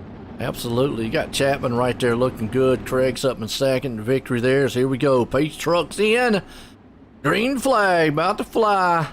Green flag. And there we go. Green flag is out. Chapman jumps out front. Battles home for around 2nd there. Victory's up top. They're 3 wide for around about the 4th place spot. Boy, Roger is flirting with that cushion, and we got one off. Blau's gone. Look at that. Roger Craig hanging on the 4th and final transfer spot. Got Reynolds tearing up the tail tank, but he got the 747 jumbo machine hanging on the 4th. Battle up front with Ross and Chapman. Those two guys are duking it out right now. Slide job, now a crossover, and got to slide them back down here, just going back and forth with it. And you see, man, Chapman's able to get that run on the outside there and hang on to the lead as Ross trying to see if he can't fire back to the inside. Not able to. You got Vickery hanging on the 3rd. Craig still Victory. hanging on to that fourth, Oh, and never no. mind, victory's off. Oh, I guess it's his turn for the bad luck, man. That is a shame for Nicholas. But that cat, don't write him off yet. He's one that can come through these fields and can still make this feature. and it puts Reynolds up there in the fourth final transfer spot, along with Craig there in third place. Now, Craig's got a little breathing room in third, as behind him DeGood and Landis is battling out for the fifth and sixth. Meanwhile, still Chapman up here and Ross. Those two guys are duking it out. Yeah, that's for an outside front row starting position there, and some close racing last time coming off of 4. Kind of looked like Donovan walked up the track just a little bit. Zach had to get out of it, and that's where you see the separation right now. And Reynolds still in the fourth place, but you see Landis and DeGood right there battling with each other, trying to close in, but time's running out as the white flag flies there. Right there, DeGood is. He's just not able to get the close in on Reynolds. He's got one more time to do it. Yeah, unfortunately for Terry, if this was like heat 4 or 5, that bottom would be viable for him, and he could probably drive around everybody. Sure. Reynolds is going to hang on in fourth place. Ross is going to win it. Chapman comes home in second. Roger Craig going to come home in the third place spot. So good run here for our heat race number 2. Brings in the heat race number 3, Super Dirt Car Series, or Northeast Premier Series for big block modifieds. Got a lot of guys from the Florida to Canada up in the Super Dirt Car Series. So definitely check out the action-packed, ground-pounding excitement of the Super Dirt Car Series. We've got Troy Stewart. Always sometimes I want to say Tony Stewart, but it's Troy Stewart out front. Doug Lester there in second. Josh Gerlach third. Lance Ripke up in the fourth. Jeffrey Barker fifth. John Rayner Jr. in sixth. Robert Crawley there in seventh. And John Quill is going to round out the 8th place spot. Heat race number 3. Yeah, this is going to be another one here. This is going to be barn burner. Once again, we're watching around that that 4th position right now. Didn't grid. Uh-oh. Maybe he's changing spark plug. Yeah, bad time to be changing the spark plug, though. Yeah, that is. But top 4, Lance Ripke right now is holding down that precious 4th place spot that punches your ticket to get into the show.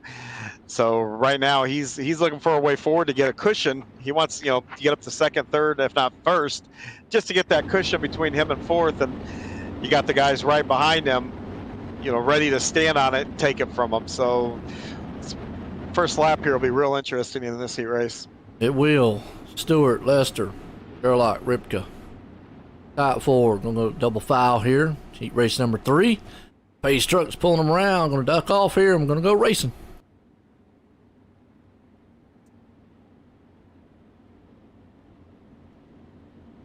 We got blinker. Yeah, you see that time to time here. Yeah. Hopefully it won't become a problem here. Here we go. Green flag. Boy, already too wide there in the backside for around Lance Ripke and company. Gerlach right there, too. So you see Lester able to pull off to the top side. You've got Stewart right behind him. Battles on for 3rd and 4th. Yeah, it is. A little bit of separation back to John Rayner and Jeff Barker there, who are running 5th and 6th there. And there goes Rayner around. Oh, yeah, you're right. Rayner off the track. Quill up to 6th. Barker there sitting in the 5th place.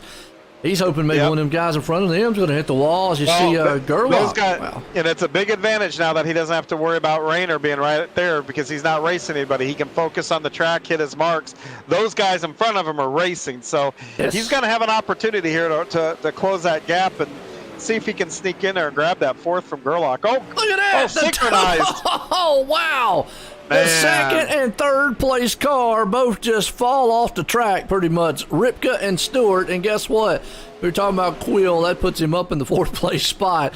And Barker up into the 3rd place. And Gerlach in 2nd, Lester. So just like that, I would say a little bit of lapse of concentration because they didn't hit each other and they just off the track.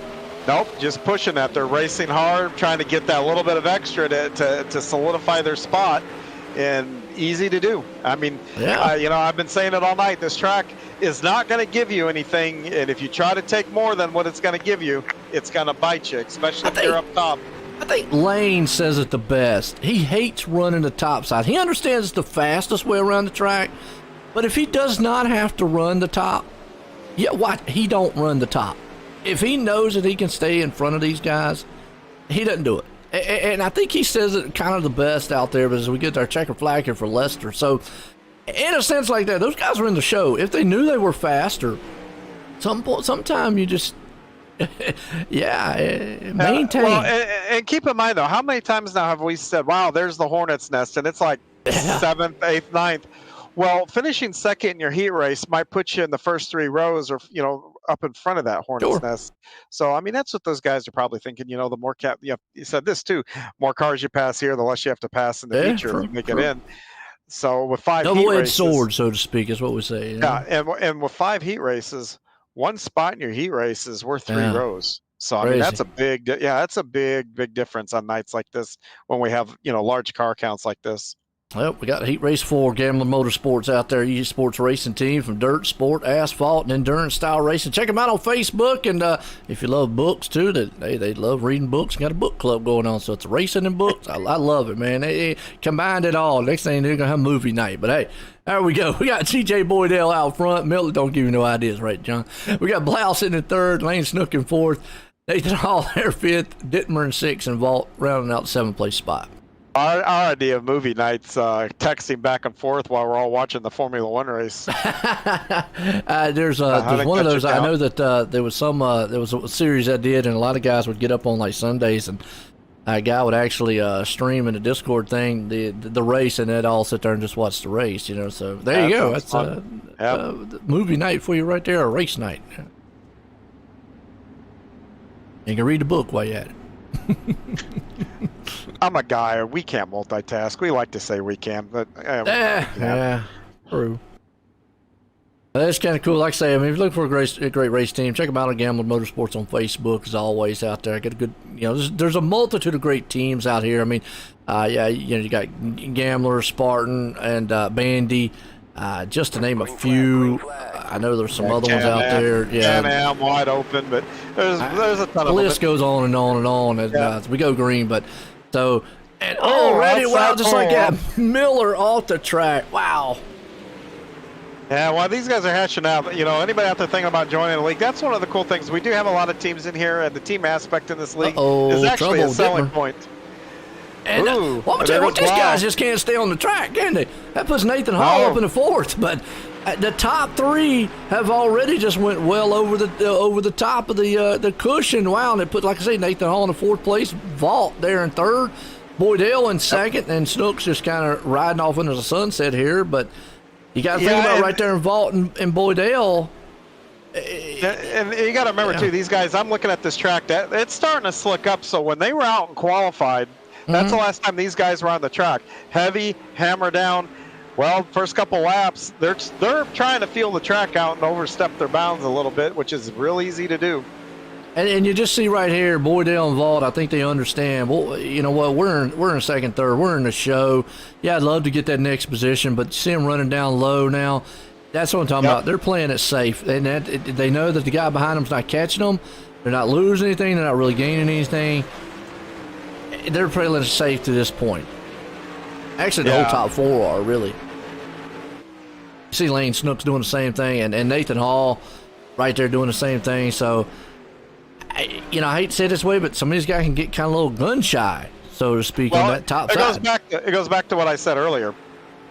Drivers, by nature, are greedy. I'm greedy. And sometimes that greed overwhelms common sense a little bit on the track. You see Daniel Blau trying to close in, just going to run out of time, and it's going to be Nathan Hall hanging on the 4th place spot. Snook's going to take the top spot here. Boydell's going to come home in 2nd, Vault there in 3rd, but and just like that, a lot of trouble for these guys here in our heat race number 4 for Gambling Motorsports.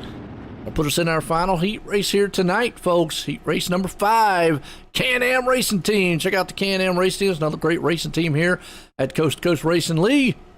You got Nathan Aldridge out front there, Billy Richardson sitting in 2nd, Trent Verstraeten up into 3rd, Jamie McCarron there in 4th, Jeffrey Kemper there in 5th, Gary Taylor 6th, and Benjamin Kelsch finally got his last name right there, starting in 7th. I think you used to call him Kolosh or something. I don't know. I've called him everything. I think the right one.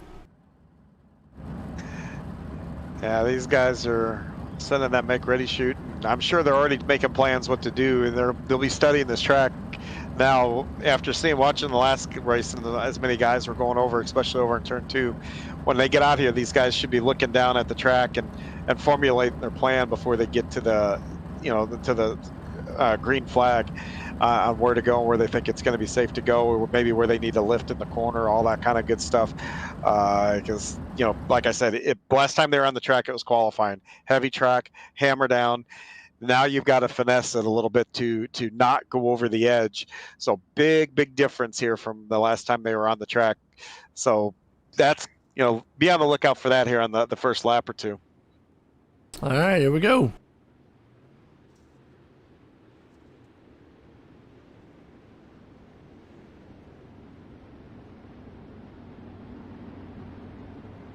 Be a good one here. Yeah, that's the nice thing about this league. I mean, there's no gimmies. Everybody in this league is a really good driver, really decent driver. There's some very maybe experience-wise that, cause people to do things maybe a little different. But no matter what race you're in, you're going to have to earn it. And that's, like I said, that's the beauty of the league. And this heat race is no different. Yeah, it is. We're gonna double them up here. Get set to go. Green flag. Aldridge, Richardson, and it looks like Kelch did not grid. So I'm about to run the numbers here tonight. Oh, Kelch is now I'm looking here. Driver's chat. He is actually adminning, but I do believe he will be on the. He's one of those two that I think he's got his sprint car in the pits with the wings pulled off. I got you. All right. Green flag. Heat race number 5 here. Underway, Can-Am Racing Team as Richardson takes it out front here with Aldridge there in second. You see McCarron firing back on the outside. Battles on for second. Little contact there. Straighten hanging on the 4th place spot right now. Yeah, and Taylor once again, around. Ooh. Well, now the top 4 have a distance, and now, you go back.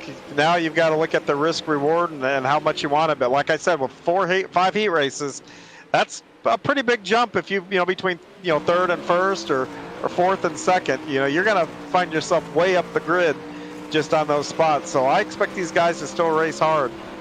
You got Straighten right now hanging on the 3rd, and you see in front of him McCarron's trying everything he can on Richardson. Drives it down at the inside. Richardson's still hanging on that top side there. Wasn't able to complete that slide job. Meantime, Straighten's got a good clear view there in the 3rd place spot, and Aldridge hanging on the 4th. Yeah, and these guys are all ripping the lip, which tells me they're going for it here and standing on it. Like you said, got to see if they can't get most of those positions. A lot of them guys, it's clear, though, top 4 have ran away from the 5th place there of Kemper, so they got a huge advantage. Here it comes Straighten to the inside of McCarron. Oh, boy, that was close. And see, that's a great example of what I showed in the track thing. That first one. Did you see that run that he had coming off of that McCarron had on Verstraeten? Verstraeten had actually cleared him at one point, but by the time he's able to get up there on that corner exit, bam, McCarron shot by him like he, shot out of a cannon. Yeah, he did. And he was able to hang on to a white flag one more time. Richardson out front. Is McCarron going to try for the lead of Verstraeten on the last lap? Are you kidding? Wow. Man. Kemper's going to get up there, sneak into the 4th and final transfer spot. Richardson's going to win it, but wow. Yeah, right now, Trent Verstraeten is inventing new cuss words. Yeah, because pretty much, here's the bad thing. Sometimes you want to say it's the other guy's fault. That right there, unfortunately, that's on him. He just overdrove that turn. Now, that's the track's fault. Well, but still. Yeah. Oh, yeah. I mean, now they're. You're right. He's probably going. Track's, you're right. Track's fault. You always got to blame it on something else. The car's fault, track's fault, my pedal's fault. Yeah. Driver never makes a mistake. I think I heard. Yeah. Let me rephrase that a bit. Yeah, it's something that, look, it's my computer fault. It's everything else. I think I heard Dan Marino once say, "I never threw a bad ball. Sometimes just the wrong team caught him." Yeah, so. As a driver, no, it's never our fault. Yeah, never. No. But oh man, it hurts though, man. Fine. Oh, it does. And the thing is too, I think he'll still be okay and be in the B. I believe we'll have to. Yeah, because we got the C right now, and we got 10 drivers out there. He's not in this one, so Problem is, you're going to have 4 drivers out of this C main here going to go to the B, and you've got some pretty good drivers outside looking in. Yeah, the one I'm looking at particular is Nicholas Vickery there, who'll be rolling off in the fifth spot. But, you know, that's one out of the transfer spot. So both him and his teammate, Lance Ripka, are both in a pretty decent position here if they've got pace to get up there and maybe take one of those spots. Now that I'm looking at the lineup, Tom Taylor is sitting there 4th. So you've got 3 Spartan guys, 1 transfer spot with that 4th. So that's tough when you got a team, good team like that, and you got so many drivers going to be trying to buy to get into the next round or the next feature, and those guys got to race each other hard. So it's like, wow. And I race, at least for me, I race if I'm sitting in 5th and I see Steven Spies or Vaught and ahead of me, I don't care if these other jokers beat me, man. I hate losing to my teammates, and they hate losing to me just as much. So I don't know how it is down there room. I would be a bit surprised though, if already Nicholas and Lance are trying to figure their way around Tom, and Tom's already trying to figure out how to stay in front of them here, and that's what makes it fun. Does. Well, here we go. Pace trucks in. C main time here tonight. Rainer's men out front. Green flag flies. Let's look at that 4th place spot because you got Lance Ripka right there, and you're already 3 wide with Vickery, Taylor, Ripka and company there trying to see if they can't get into the show. Yeah, 3 wide for that transfer spot. Oh, no. We got one get really sideways there into one. That was John Rayner, I think. Yeah, and that's out of a transfer spot. But look what this does to the field now. You've got Spartan now that have moved up Taylor, here. Taylor Vickery, 2nd, 3rd, Miller out front. Denmer's the man. Denmer's the man right there, and then him and Vickery. Yeah, Nicholas almost went over that turn 1. He almost jumped that cushion again, and now he's pulling it down to the bottom of the track. Oh yeah, Vickery's like, okay, look, I'll slide job you on the inside here. Is he going to be able to get it done? Because, we know that top side's the fastest place, and it looks like Ditmer's going to hang up there on that top end right now. So that's the battle for the transfer spot. Wow. I'm not so sure the top, I think the top is faster in 1 and 2, but I am not so sure that middle groove isn't faster down there in 3 and 4. You can see it right now. Vickery's going to have, he leans to go back up top here, but get it done down low. That's what he needs. Maybe Ditmer to make a little bit of mistake and worry him just a little bit. That's the final transfer spot. Nicholas Vickery outside looking in, and meanwhile Miller is long gone in the lead. Tom Taylor right there in 2nd. Chase Blau sitting in 3rd with Ditmer closing in on him. Yeah, it looks like right now, I just watched Nick go down there. It looks pretty well even. I guess right now what Nick's got to do is just get up to his bumper and maybe force him into a mistake. Not hit him or anything like that, but just get on there and put the pressure on him. And, if you get that momentum, you can make a move once you get that momentum and you're to someone's bumper here. So keep an eye out here for that 4th spot. Now they're moving up, and they just take it over Blau. Yeah. Maybe what the census is here. What it looks like. Doesn't look like Blau's moving up the track. No, and right now, white flag one more time. So we'll have to see if he's got enough time to get it done. He's going to have 2 more turns.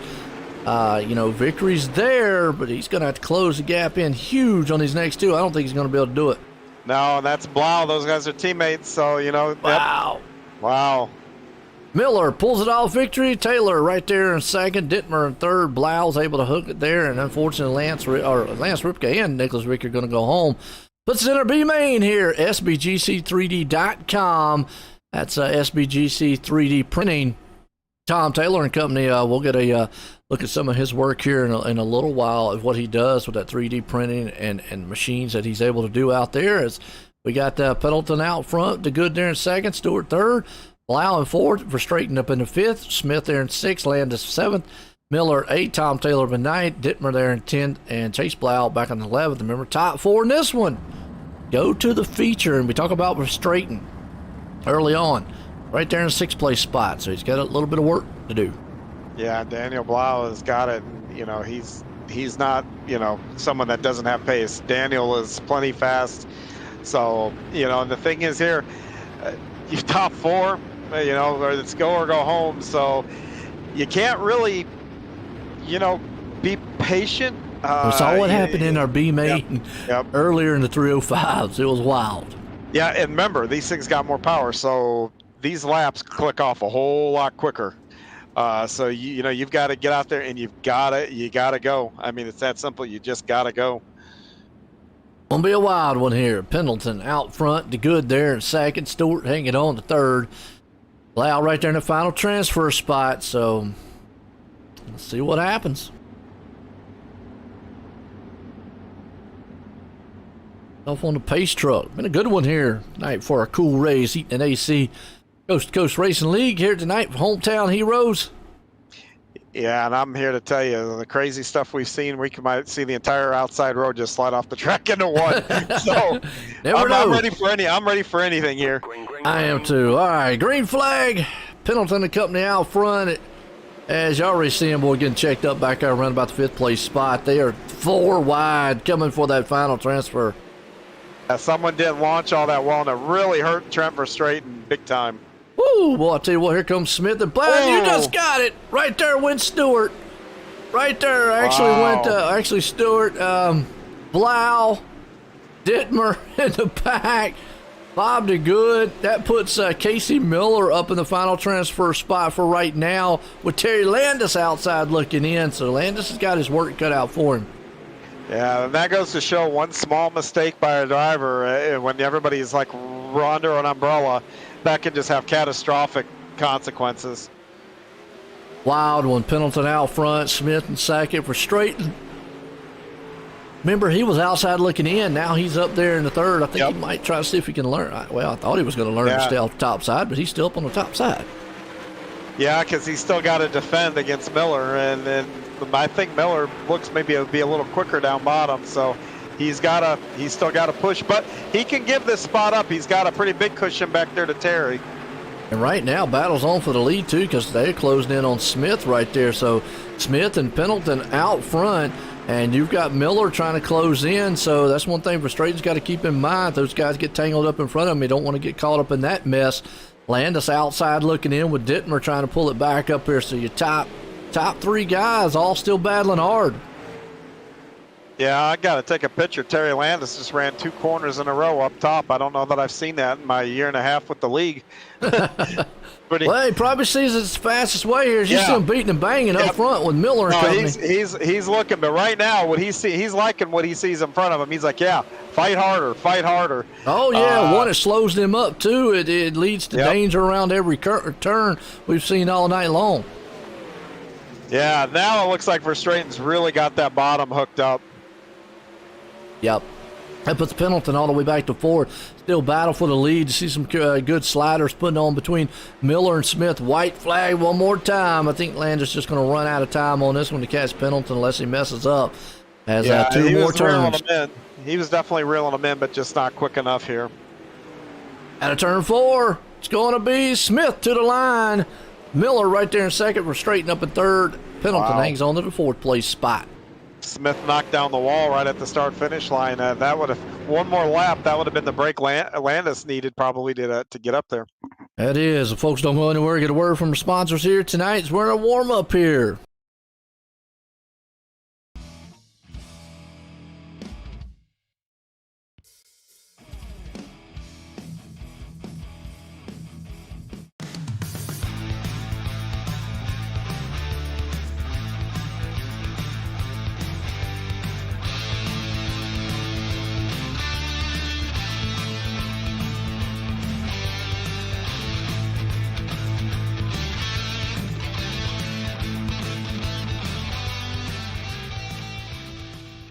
People want to have a one-stop shop. They need us for now all these different services, not just the heating and air side. When things are going wrong, you want the company that's going to be able to get things done as fast as possible for you. Today we're going to be in over 600 homes. What the customers can count on is we're going to send a competent person to your home with a vehicle that's stocked and prepared. We're going to do what's right. Right now, we're waiving our $79 service fee with any Cool-Ray, Brightbox, or Mr. Plumber service.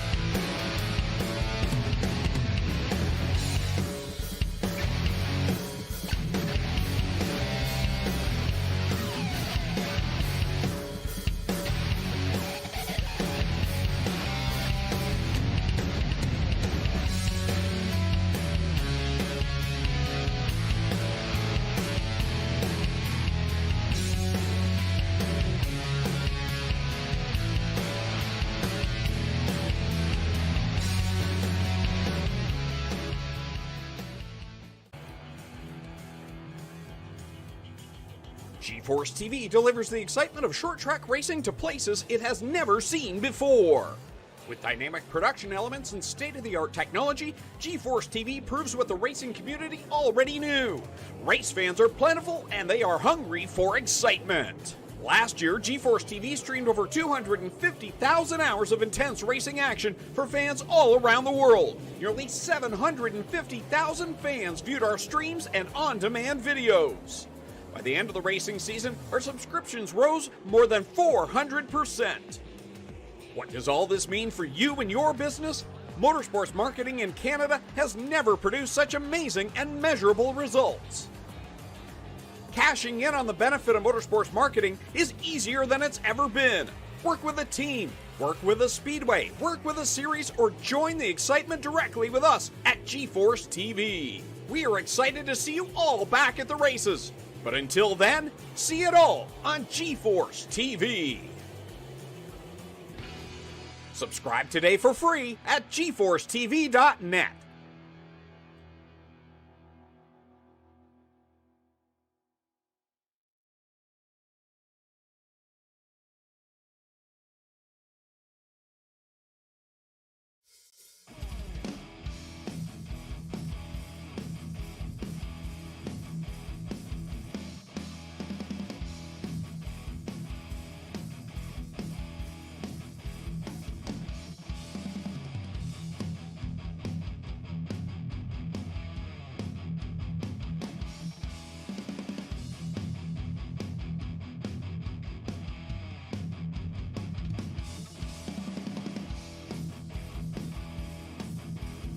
All right, folks, feature time here tonight.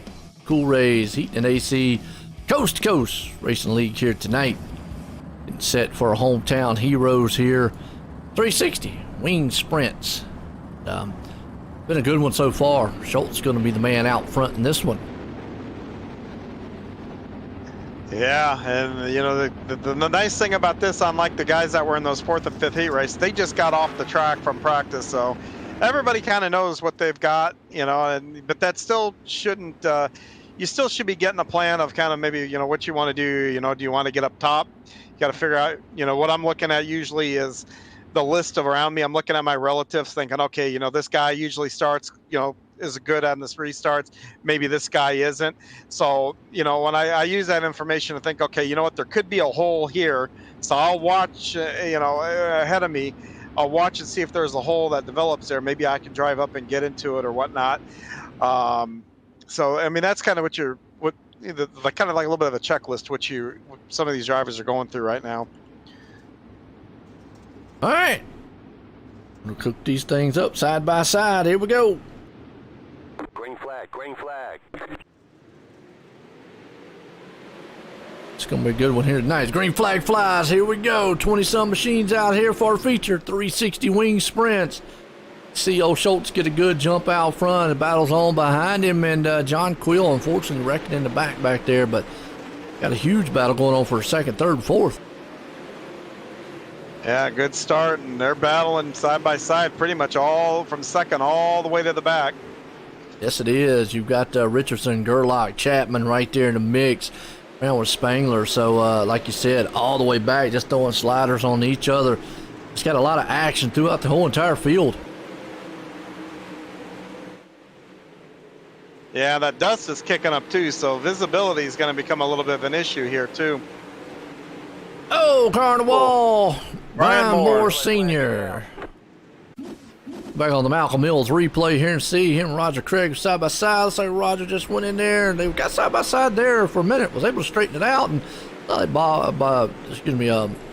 Brian was just a little out of control. And it looked like that back end came out a little bit, which that goes back to the you're right there and you want to get that little bit of extra, and it looks like he got a little bit of wheel spin, which kind of turned him a little bit down the track and then caught into Roger there. And it's just one of those mistakes this track lures you into, because from the driver's seat, it looks like you can gas it up and go down the straightaway. The track just doesn't want you to do it quite yet. No, it don't.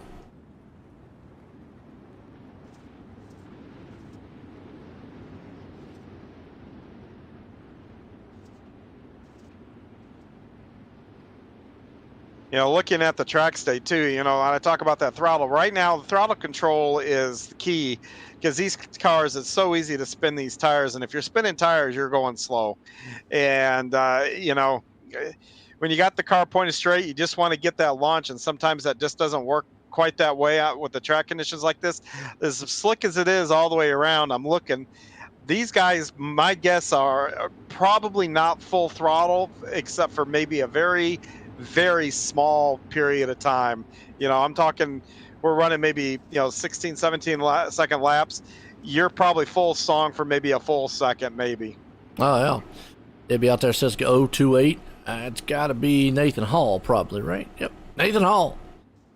I don't see King out here. They're the Warrior Rap guys over there. So Warrior Racing.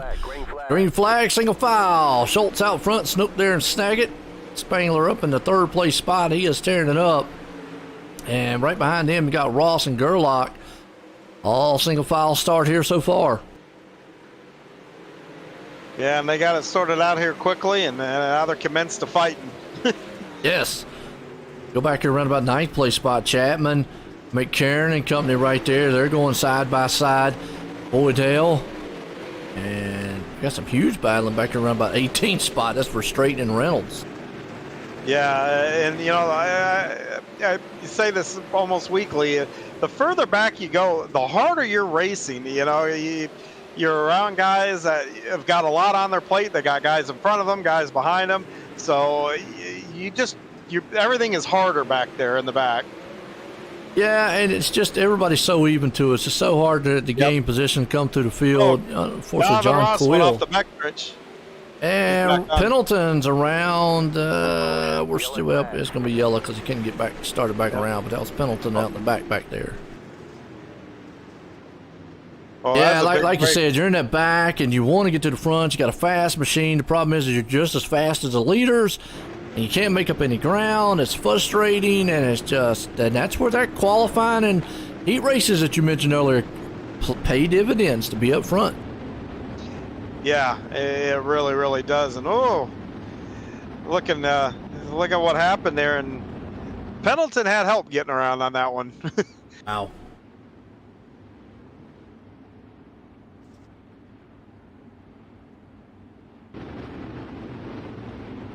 Which, sometimes, you get into that slick and, spinning tires, and it's really tough to tell from, the shots that we have, if he was too hard on the throttle and spinning those tires, the 05 who was behind him and got into him, he can't see that and adjust to it because the attitude of the car looks right. Everything looks right.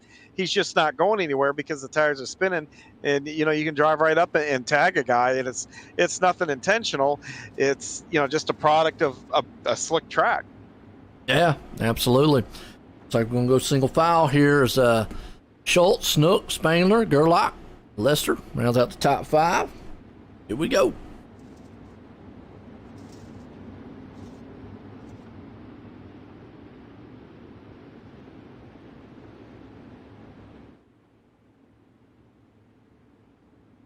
Pace truck on a duck off.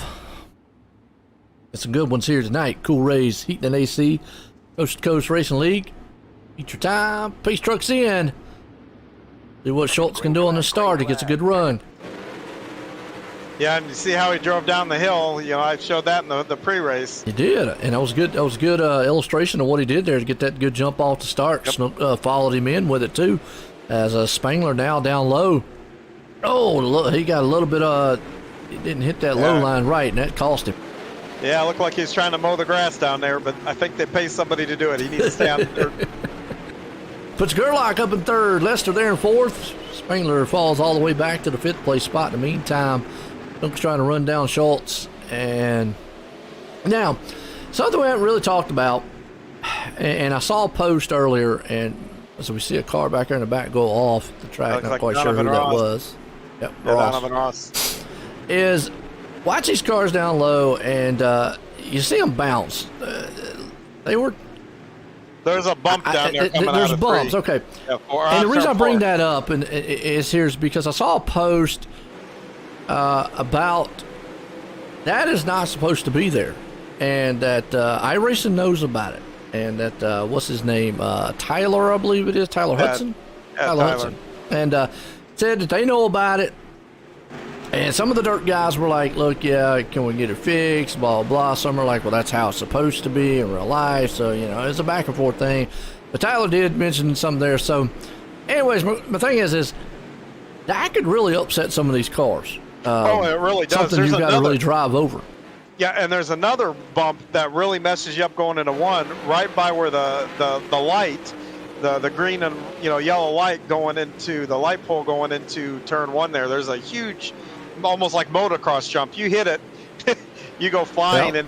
And I saw the same post, and I'm going to be honest with you, I like the tracks that have them. It just adds character to the tracks. Figure out how to get there. Well, I didn't know how. I would imagine in real life, in dirt is dirt, that yes, you would, as we're under caution, Nathan Hall, unfortunately, right, that in dirt, that yes, you would have bumps, that these tracks are not going to be smooth like asphalt tracks, as we watch this Malcolm Mills replay.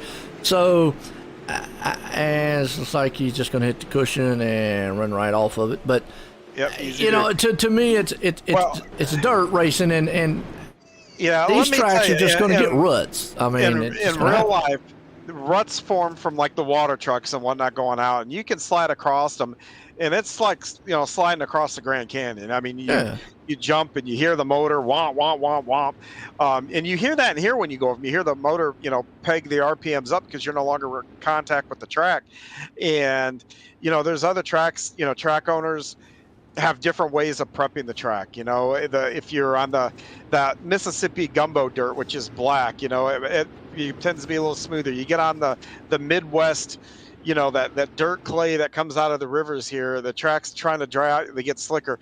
The type of dirt dictates on what the tracks do.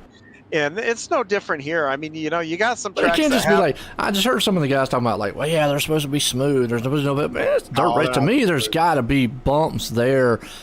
Maybe not as severe as what they're talking about, but I mean, there's just got to be, guys, I don't care if you're a racer or not. I mean, I don't race dirt, but I know enough to say that you're not going to get these things flat like an asphalt. I'm sorry. That's just not dirt racing. And even though from the stands and whatnot, it looks like the tracks are really smooth. Trust me, they're not. Man, I've had times where I've rattled my teeth out just driving on tracks. So, and then get back to the hauler, lift the car up, and all of a sudden I'm replacing all kinds of suspension pieces just because they're bent, hopping over these things as we get back to the green here. Yeah, absolutely. So there's a little bit of inside tech on what it is there. Just happen to see that. But you see Schultz right now, and Gerlach. Actually, that was Schultz just went right off the side trying to get to the lead. Wow. And another car, Spangler. Schultz again in the back. Well, I'll tell you what, two heavy hitters right there, but that puts Lane out front, Gerlach in second, McCarron in third, Lester up in the fourth. But just like that, the track strikes. Yeah, it's almost like, Darlington. You can push things so far, but eventually you're going to get that stripe. Thing is, there's no wall here to give you a stripe. You that learner's wheel learning right there is send you off the top. This is what a cup race would look like if Darlington had no walls. There you go. You're absolutely right, to be out in the parking lot somewhere. So, absolutely. You'd be over in the minnow pond. Yeah, yep. Well, you got Miller hanging on the ninth right there along with G.J. Boydell. It's a pretty good fight right there around about the 10th place spot. So 7th on back. You got about 3 wide. Little contact between those guys. Oh, who was that just almost, that's a good job hanging on to it. Here comes Roger Craig in the 9th place spot. Nice run for the 747 tonight. Yeah, man, flying through there. Up in the 10th place spot, and as soon as we say something about him, good grief. I tried. I said the number. Oh, man. But I'm looking at this track. With one to go, this track is now way slicker. These guys are, I can see it. They're really holding on to these machines now. That's going to put Snook, man, back-to-back wins. He puts it in victory lane. Gerlach up in second. McCarron, comes up in third, but a good solid finish to this one there. And wow, what a finish to it! That was a good finish and a good run to these guys here on this one. So That'll bring us up here, see if we can't get a word in with some of these guys. McCarron, Gerlach, and Snook. It was back-to-back again. Let's see if maybe he can make it another three-peat here. He did it the first week, and he do it in this week. And he would actually, if he does that, be the first time that I think we've had somebody repeat a three-peat in the league. I mean, we'd have to do some research on the history, but I would probably go out on a limb to say that might be the first time somebody's done it twice in a season. Yeah, maybe. I don't know. You tell me. I don't know. I've slept since last season, so I can't remember. As far as I know, nobody's done a three-peat. I mean, it's back-to-back, yes. But all three races, I'm just trying to think. I don't think it's been done. I'm going on a limb. If anybody, correct me if I'm wrong out there, I'm going to go on a limb and say it's not been done. So that I can remember. Still waiting for McCarron and Gerlach up here. I'm going to word with some of these guys. The McCarron is, if I can find him,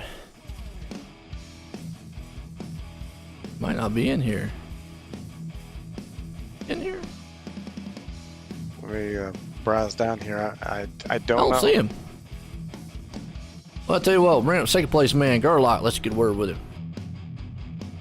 Hey Josh, this is John up in the booth. You got a copy? Yeah, I do, John. How's it going?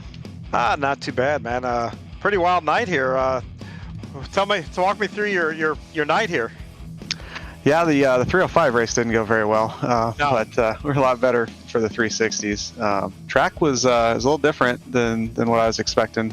Middle kind of hung around a little bit longer, and that was okay with me. But yeah, good race for me all around. I wish I would have had one more shot at Lane. I think we may have been, I don't know, may have been up there with him. Who knows?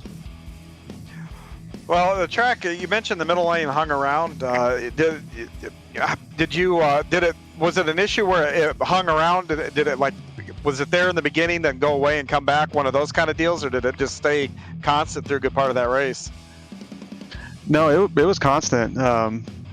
Right when you pulled me up, I was talking to Lane about the top and how there was no cushion up there. So I was telling him that there is no way I was going up there. I went off the last time we ran these 360s like twice. So I was pretty committed to trying the bottom in the middle, and worked out for me.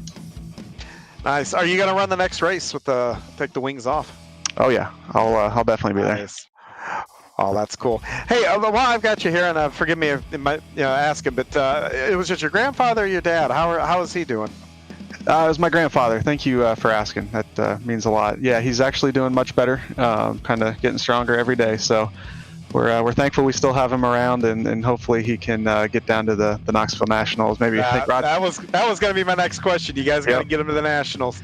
Yep. Unfortunately, he missed the Kings Royal out there with us, but yeah, hopefully he'll be at both the 360 and 410 Nationals, and I don't know if you're going to be going or not, but I think Roger plans on it, so hopefully we can all get together. I'm looking into it right now. If I can do it, I will be there. So for sure. Awesome. But hey, anybody you want to give a shout out to here for a nice run here? Yeah, for sure. Want to thank Coast to Coast just for putting this deal on, and Joe and you for doing the broadcast. It's always great going back and watching them. Really enjoy it. All my guys at Dizzy Motorsports. We actually got Nick Cohan here tonight. Finally got him over to race with us. I know you know that name, Joe. Oh, yeah. Hopefully he doesn't cause too much trouble. But yeah, otherwise I want to thank alwaysraceday.com and netcodeshop.com. Looking forward to this next one.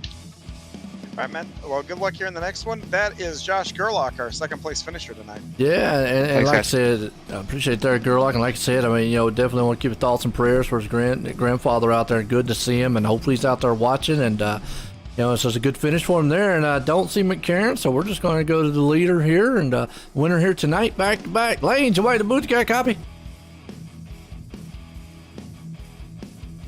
Lane, you wait the booth, got a copy? Yes, sir. All right, well, Lane, I tell you what, back to back, and I was trying to think, I don't want to put no pressure on you, though, but I'm trying to think, has anyone in the league, and I'm going to go on a limb and say no, won in the same season, three-peat twice in the same series? because first week, you won it. Tonight you got an opportunity to do it again. So I'm not sure, but how's your car and how's that race? And are you going to be there for the wingless sprint? I'm actually not gonna be. Well, then there you go. Just messed up the whole thing. Well, you won it here tonight and the Wing 360s. How was it? The car actually, I don't like the fixed setup for the cars here, but I mean, hey, I guess it's good enough to race on. But I think a custom setup could be a lot better. But the track was pretty good tonight. The top was probably faster at the beginning and probably still faster at the end, but it was super risky. And I could roll the middle and 3 and 4 pretty good. And the bottom, from 1 and 2, I was definitely way too tight to run, but made it work. Well, it looked like out front there, you was running in second for the longest time, and then obviously, leader got in trouble. Was you able to reel him in? Because y'all looked pretty dead even early. If I ran the top and hit my marks, I could probably run him in, but it was so risky, and I didn't want to go out over. So, I don't know. I might add something for him, but I don't know. He's pretty good. Hey, no doubt about it. We know all you guys come out here and race it hard week in, week out. Got anybody you want to thank for another win here tonight? Yeah, I'd like to thank Velocity Designs, Minderbolt Racing, Jesse, Brandon, Noonan, Goldner, Lacey, JP, Fitzy, Dirt Doctor Trucking, Bio.com, Powerhouse Motorsports, Wagner Brothers, you guys for the broadcast, C2C Racing League, Universal Settlement Service, Jack Don Howard Associates, Keystone Alliance, KKP Keister Karting Products, Fox's Pizza Den, Mexican Ridge Beef Firm, Snook Dirt Designs, The Old Hatchery, and Fixie's Perfect Photography. There we go, Lane Snook putting in victory lane here tonight for the 360 wing sprints. And folks, don't go anywhere. We'll be right back here in a few. We got the wingless 360 sprint, so we'll be right back.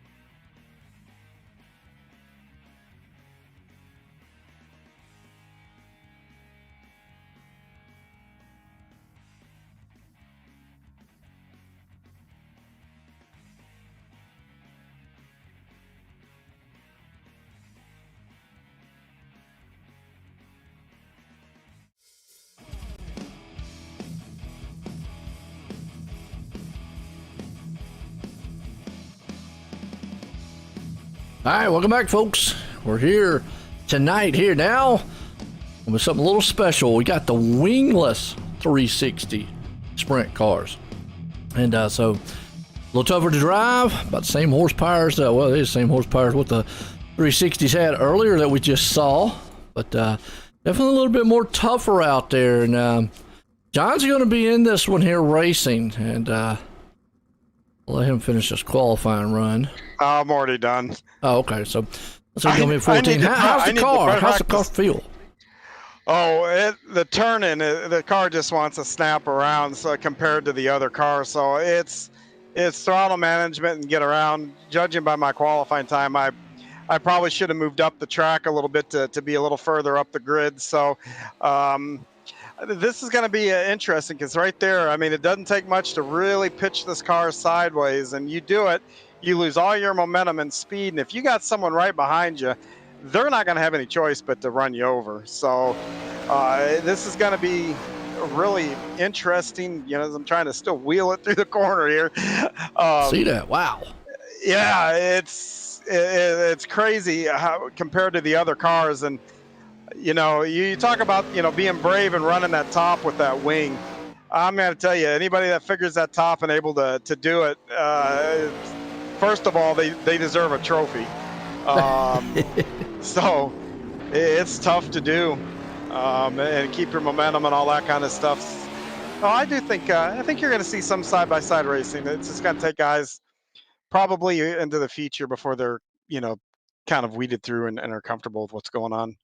Well, it's going to bring us over to Heat Race 1 here tonight. Lucas Oil, Empire Super Sprints, 37 years, some 360 sprint car action from Northeast to U.S. to Canada. Got some awesome stars out there. Check them out on Facebook, Twitter there at Lucas Oil, Empire Super Sprints. We got Trent Verstraeten out front, Jeffrey Barker there starting in second, Brandon Dittmer there in third, Stephen Spees in fourth. Benjamin Kelsch up into the fifth place spot. Donovan Ross is our seventh. GJ Boydell rounds out the eighth place here. As top four drivers that go to the feature, folks. This is where it's going to get interesting. You don't have the wing, you don't have the downforce that you're used to having, and it's pretty much it's like John been saying all night long. Pretty much it's just the same car. They just went in there and just yanked the wings off of them. So a little tougher to drive here. Let's see what happens in our Heat Race 1. Yeah, and I don't know how many of these guys run these in any other leagues. I do know the guy sitting in fourth, Stephen Spees, a teammate of mine. He is running these cars on Tuesday nights in another league. So he's got some laps, just as, you know, he ran these cars last night. So that might, you know, I don't know, like I said, I don't know how many of these guys run these in other leagues, but if they don't, having that seat time is gonna. He sat on the pole here. He was almost a tenth quicker than everybody. It looks like that extra seat time is playing into his hands here early on. Absolutely. Well, Gary Spangler out there, as you said, you're on Lernerville every week. There are bumps that are in the same place every week. So are you talking about on iRacing or actually the real Lernerville? No, iRacing. Okay. The bumps are in the same spot. You just learn to drive around them if you can't do them. Sounds good. Pace truck's in. Here we go. Green flag. Barker Verstraeten, Spees, Dittmer out front. Remember the top four go to the feature here, and you're already seeing a good battle for around about that fourth place spot as Dittmer and Spees right there side by side. Jeff Barker's looking low, Dittmer's up top, and Steven's looking right through the middle right now. Here comes Spangler, though. He's battling on the outside of Dittmer, trying to throw. Oh, a little slider. They got contact together. Spangler pays the price. He's off the track along with, looks like Ross back there. Was G.J. Boydell up into the fifth place spot. Dittmer still outside. Dittmer. Or excuse me. Yeah, Dittmer and Kelsch around. That puts G.J. Boydell up in the fourth place spot. So just like that, some heavy hitters are now going to have to run the numbers tonight. Wow. Yeah, that's a tough break here. But the nice thing is the field, we don't have quite the size of a field that we had before. So, you know, I think everybody may make it. So it might not be quite as detrimental here. You got to watch right here, Verstraeten. He almost ran up on the, you said it earlier, almost ran up on some lap traffic right there. Yeah. Had to whoa up just a little bit. Did you see that closing rate? And so forth. So, yeah, so we got Spees there in second, Barker in third, Boydell hanging on to the fourth and final transfer spot. Looks like another car down low. Patrick Spangler again, just not the night he wants. Yeah, and A few weeks ago, I had some buddies that I got together, and we ran these things on Tuesday nights just for fun. And Verstraeten was one of them. And when he showed up, you know, he had a good handle on these cars, and the same thing with Speed. So I can't say that I'm surprised that I see these two guys up front here. White flag one more time. Here you go. Verstraeten out front, got a good lead. Speed's there in second.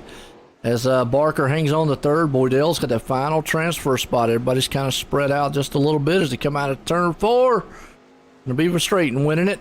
Speed second, Barker third, and Boydell's gonna hang on to that final transfer spot. What a race.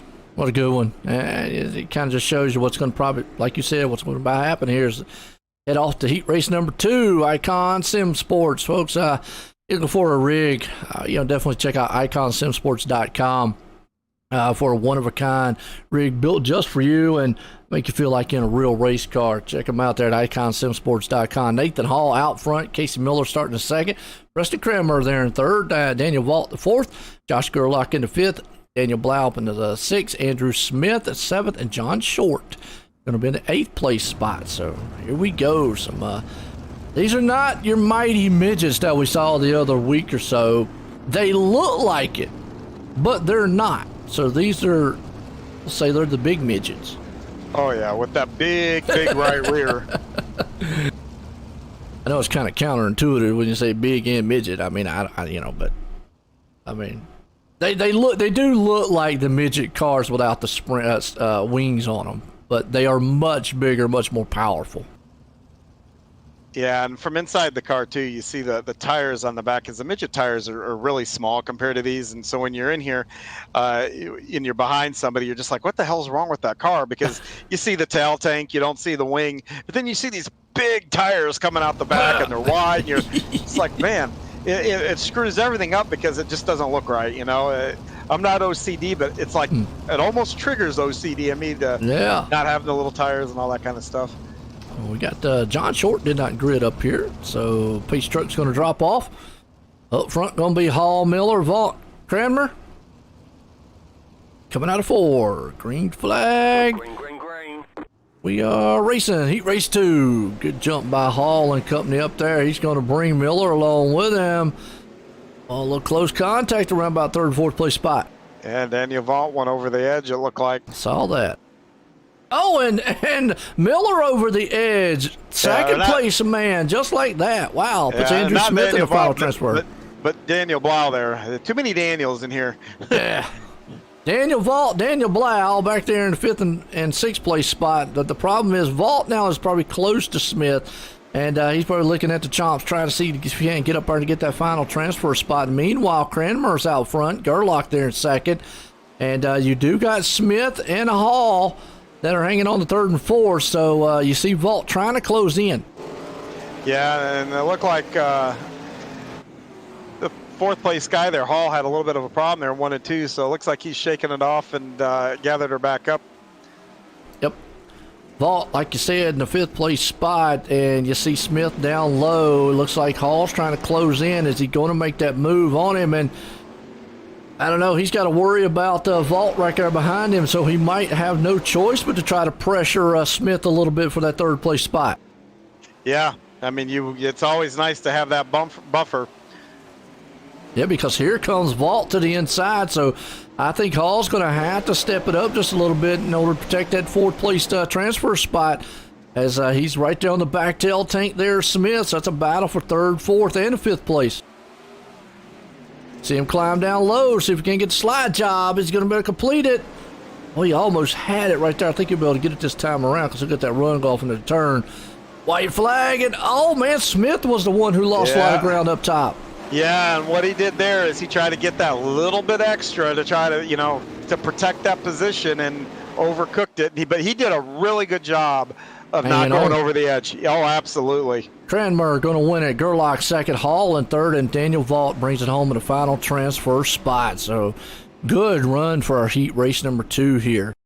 Brings us in heat race number 3, Super Dirt Car Series, the premier showcase for the big block modifieds from Florida to Canada, the Super Dirt Car Series. I'll tell you what, you want a big crowd, ground pounding, earth shattering, window shaking beast. And they are, because they got a lot of power in them big blocks. Check out the Super Dirt Car Series. You got Aiden Young out front. Nick Cohan. Told you I know that name. That's old Dizzy Motorsports. So he's not looking dizzy. He's going to be fast. Terry Landis out there in third. Brian Moore up in fourth. And John Hines going to be in it. John Hines is racing in this one, folks. Okay, so it is not a false positive out there. He is running this one. Troy Stewart hanging in sixth. Roger Craig in seventh. So here we go. And again, I talked about Lance Ripka coming over from the dirt side to the asphalt side. Well, it's kind of the flip side here. Nick Cohan comes from the asphalt side.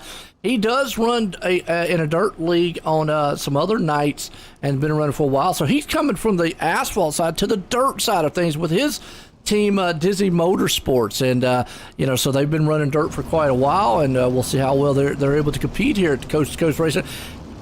And I'm going to toot my own horn a minute, because I have broadcasted Nick Cohan for many years. And I know Dizzy Motorsports, and he sent me a message. He said, hey, man, you do the Coast2Coast Racing Network. I'm going to be in that league. He said, I saw you were broadcasting. I said, man, I gotta sign up. So I appreciate it. Thank you. But it's not all about me. It's all about you drivers out here. Y'all the guys, man, that make the show.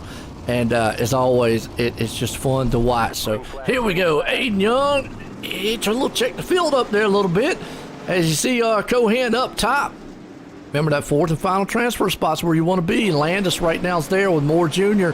John Hine out front, outside looking in. I always see with the CrewShopFW.com machine, a little bit of a touch and rub right there on the inside. John's trying to see if he can't grab everything he can, because like I said, he's outside looking in. He does not want to make this thing hard for him tonight. He'd love to get in at his feature. Right now, Moore Sr. hanging on to that third and final transfer spot. Landis right there. You see those bumps that we talked about earlier? Well, they're upsetting these cars even more because they don't have the wings to keep them down. So you just see them, man, jumping around back there. Landis right in the third place spot, Aiden Young. And meanwhile, Nick Cohan's trying to run off with this one and keeps running off like that. He's going to run off the track. He almost run that thing way up high. So got to think about it. You got, and as soon as I said it, guess what? Cohan off the track. That's the broadcaster's jinx. That puts John Hine in the final transfer spot. John's sitting there clapping, going, well, hey, look, I don't mind him running off the track. I love it. Roger Craig, the 747 back there. Now, if he uses that jumbo machine and gets up there, he might sink that ship there of John Hines. We'll have to see what happens. If Craig can get close enough to him. As he's outside looking in with Troy Stewart. Cohan still back out. But that puts Aiden Young. Battle for second, though. You've got Moore Sr. up top. Down low, Landis. I know John's thinking about it. Okay, guys, well, I want to stay far enough back in case if something happens to one of them. I don't want to get caught up in their mess. But then again, I'd love to have a little bit of more cushion. As you see right there, Landis kicked that thing almost sideways going into the turn, folks. Right now, good one. White flag one more time. And look at Landis. He is throwing that thing into the turns. Problem is he's losing a lot of momentum. That brings Hine to his back door.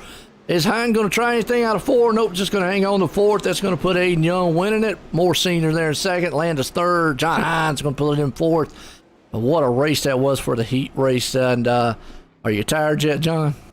No, just a little unhappy. That's all. Hey, tell you what, you end the show, like you said, man. And yeah, I think we're going to the B-main, right? Yeah, there'll be a B-main, but I'll be in the feature, which is, goal number one. But I had more than what I showed there. And just sometimes guys do things that are just difficult to make you pass. So that's just the way it is. You said these cars were difficult out there. You overcame it. You were able to get in that show. At least that's one step ahead. We got the SBGC3D.com printing here tonight with Tom Taylor. B-main here, folks. Dittmer out front. Blau there in second. Craig in third. Spangler in fourth. Andrew Smith in fifth. Nick Cohan had the thing all by himself up front. Just ran it right off the track. So he learned something here at Lernerville. Don't push it too hard. Kelch there in seventh, Miller in eighth, Stewart in ninth, Spangler in 10th, and John Short right there in 11th place spot. And you go back to what you're saying, it looks like Spangler and Short did not grid up. And John didn't qualify either. So I don't know. Yeah. But you go back to your race right there in the heat race, and you talk about how you sound a little disappointed. You got in the show, but I mean, look at a guy like Nick Cohan had the lead, had it out front really good, and then just overdrove the turn. Yeah, and these cars are easy to do because you don't, with the wing on the car, you attack the corner. You can get into the corners and get right up on the corner before you lift, especially in slick conditions. You do lift going into the corner, but when the track is like this in the heats, you're hammer down. You cannot go hammer down in these cars. You have to finesse them a little bit getting into the corner, and so it's so easy to do because it just lures you in such a false sense of security. You just feel like you can get more, but you really can't. So Jacob out there says, go Pete. All right, good deal. Not sure which Pete you're talking about, but let me know. Okay, so we had, 3 heats, so everybody should go, right? Yeah, everybody will make it. That's what 11 goes, and we don't even have 11 on the track. All right, 9 here. Green flag, so... Oh! Now, Nick, right there, had to check up a little bit. Got in the back end a little bit there of Blau, but, Blau had to check up, and that's what... And again, Cohen off the track. Wow! Yeah, so, the thing is, you can see that on the entrance of corner. I mean, before, because this is like, yep, that's too much speed, and off they go. You got more... look who's in second, Roger Craig.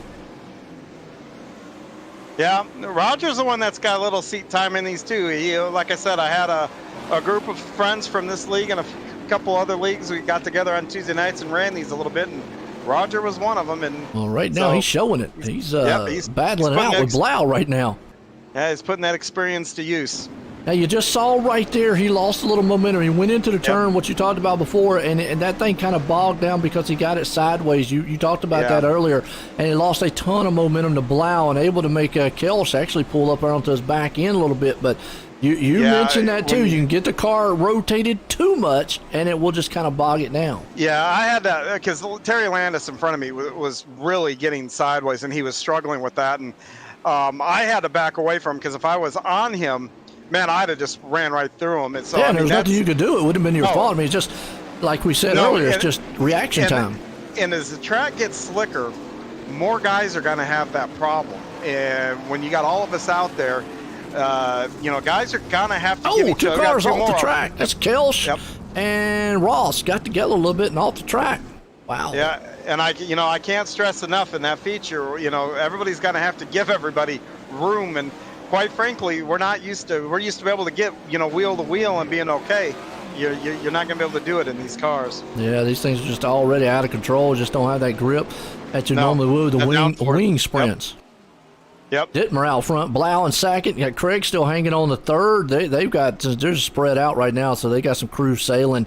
Andrew Smith there in the 4th place. Donovan Ross. Now he's trying to see if he can't roll in Smith right here for that 4th place spot. Yeah, right now they are spread out. It looks like they're all social distancing. So they got the mask on too.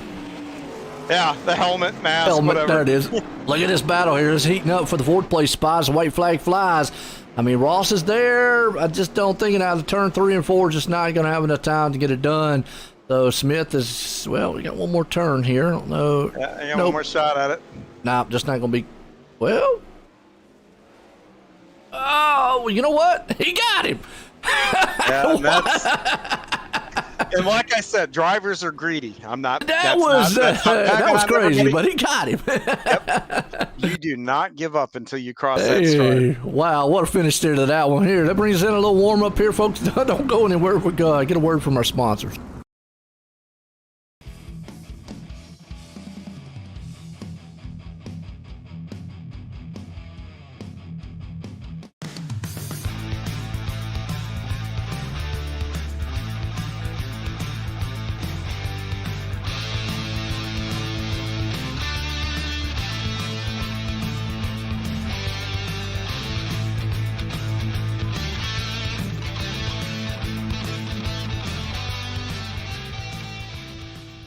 People want to have a one-stop shop.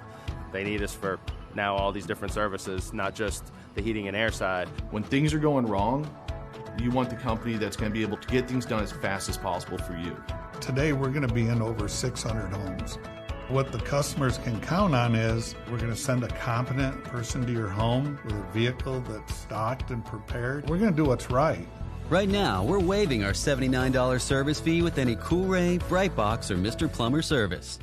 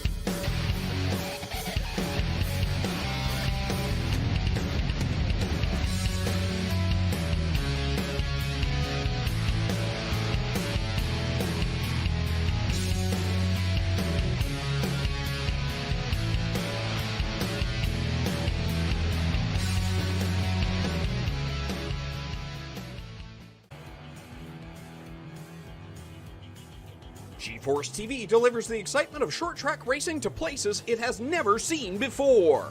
With dynamic production elements and state-of-the-art technology, GeForce TV proves what the racing community already knew. Race fans are plentiful and they are hungry for excitement. Last year, GeForce TV streamed over 250,000 hours of intense racing action for fans all around the world. Nearly 750,000 fans viewed our streams and on-demand videos. By the end of the racing season, our subscriptions rose more than 400%. What does all this mean for you and your business?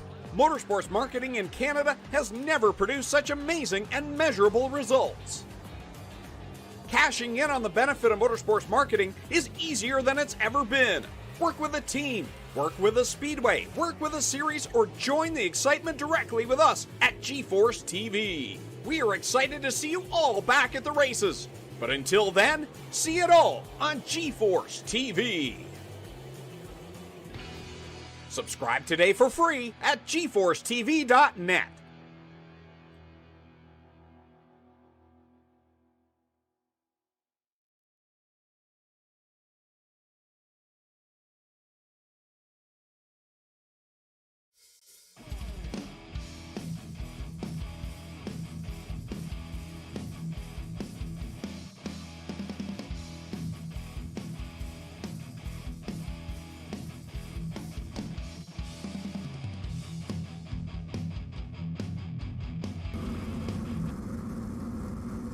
All right, folks, feature time here.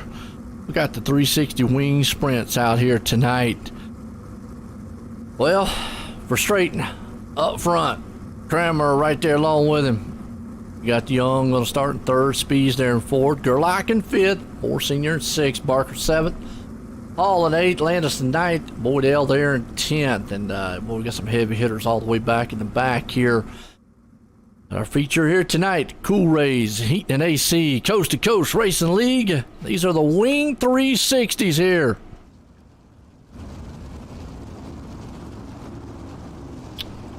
Why am I... There we go. Alright. Boy, I tell you. What we got? 30 laps. Yep. 30 laps here. Nope, 20, we got 25 we're going to do. 25. All right, 25. But from what we've seen in the features and what we've seen in the, the B main there, one, hard to control cars. I mean, that just comes to mind. And the biggest reason being is they're wingless, folks. I mean, they don't have a wing to them. They don't have that downforce to them that these guys are used to. Pretty much this is the same exact car, for the most part, as a 360 wing sprint. It just yanked the wings off of them. So, no, it's not a midget. It does look like the midgets, but it basically is a wing 360 without the wing on it. So that's why they call them wingless 360s. But Pace trucks in. Here we go. Straight and Cranmer Young out front. Green flag, green flag. Gonna be a wild one on the start. Green flag. Here we go. See if we're straightening company up front with Cranmer there. Very easy to slide these cars as they're already 3 and 4 wide. Around about the 4th and 5th place spot. That's gonna put Moore and already beating each other up. Oh, Moore Senior off the track upside down. He's got help with Donovan Ross, Terry Landis, Nathan Hall. Well, let's go back on the Malcolm Mills replay. Watch this again, because it was mayhem. And you just saw a little checkup, and it looks like just Nathan got into the back of Senior, and from there it was just carnage. Upside down cars all over the place, but caution here tonight. Yeah, right now, I'm telling you, it's really difficult to see because you got quite a bit of dust, and the track hasn't blown off yet. You've got dust and all this over the groove here to really tell you where the slick spots and all that are. And You had guys that are, taking it easy. You had guys that are trying to, on the start, get what they can get. So some checkups there, and I wouldn't expect this restart to be any different here. We're early on. Everybody's bunched up. So, I think you're going to see guys with different agendas do different things here, and that's going to create a yo-yo effect, I think. How you feeling back there where you're at? Kind of in the middle of it. I'm just trying not to hit people at this point. I mean, yeah, guys are doing their thing here. My whole thing, and I would have to suspect a lot of these guys back here. It's, hey, let's get strung out here and then let's go to work and figure out what we got and where to go here. But, being side by side and everything. Cool thing is it's going to be a single file restart, so this will help. So now it's just going to be a matter of hitting your marks and not running over the guy in front of you for everybody from second on back.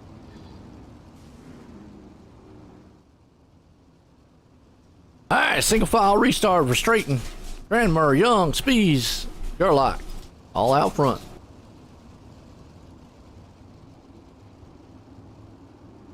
Here we go. Green flag. You see where Straighten gets a good jump out there with Cranmer right behind him. You got Young right there, so they're almost trying to get side by side for the moment. But everybody's still kind of single file. Go back around about 7th place spots. You got some side by side action. See Hine right there. Oh boy, threaded the needle. Was able to get by, but look at this 3 wide still. Barker, Hine, Dittmer and company right there along with them. Blau. Well, these guys, man, are just trying everything on the track. In the meantime, up front, you got Verstraeten leading it, but you got Young trying to pull him in. Speeds is right there in 3rd. You got Daniel Vaught along with him.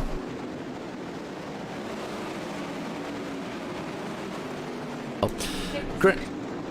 Cranmer right there. Oh, battle for the lead. Up front, we got 3 cars. Verstraeten, Donovan Ross, Roger Craig crashing in the back there, still under green. As Verstraeten still trying to hold off Spees and Young. As those guys got right there and almost went 3 wide as, well, I don't know who that was in the back. Oh, Dittmer off the track. We got a big one. Dittmer, Vault. Go back on the Malcolm Mills replay here. See kind of what happened. I know Dittmer went up there on the cushion. Kind of just ran off the side, but I'm not sure what happened to Vault behind him. Oh, Vault just went into the turn, got sideways, and turned around. Chaos. Yeah, I got a piece of that. Yeah, that avoidance skills just had nowhere to go for me, and tough break there for Daniel. It looked like there was some contact there. I couldn't see who it was, but easy to do. These cars are a handful here. Yeah, it is. And out front's been a good battle so far. You got Verstraeten and Young right there along with them. Here we go. Getting set to go back green. There's been a handful here tonight with these wingless 360s. Hope y'all enjoying it. Who's your favorite drivers out there? Let me know.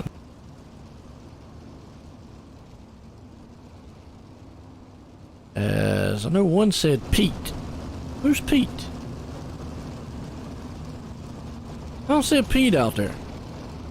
I don't know. Oh, yeah. Pace truck's in. Maybe he's a pace truck driver. It might be. Verstraeten and Young. Speed's right there. Yeah, we're going to start calling pace truck driver Pete. There we go. So Speed's trying to look on the inside of Young. Here comes Gerlach making it 3 wide. Oh, he slid that thing in there. Got up in the side there a little bit of Gerlach. Gerlach's now going to get up there and battle it out with Speeds. You see Cranmer falling back just a little bit. Guys back there. Brandon Dittmer, man, still around. You got a huge battle happening around about the 4th, but oh, I don't know who that is. That's Barker down low. Can't even catch him in time. He's trying to get that thing back straight. He got it straight. Good deal. But he was down there in the grass, unfortunate on his end. And about the middle of the pack here, Nick Cohan trying to move back up there. He had an awful heat. Well, he had a good heat race going, but then had an awful time in it. Oh, Troy Stewart around. Go back on the Malcolm Mills replay, see what happened to him. Stewart and Dittmer. And Stewart, is that blue machine just went off the track. And right behind him, Dittmer came with him. Woo! Looks like that's just going to be the theme of the night, folks. Everybody running off the track.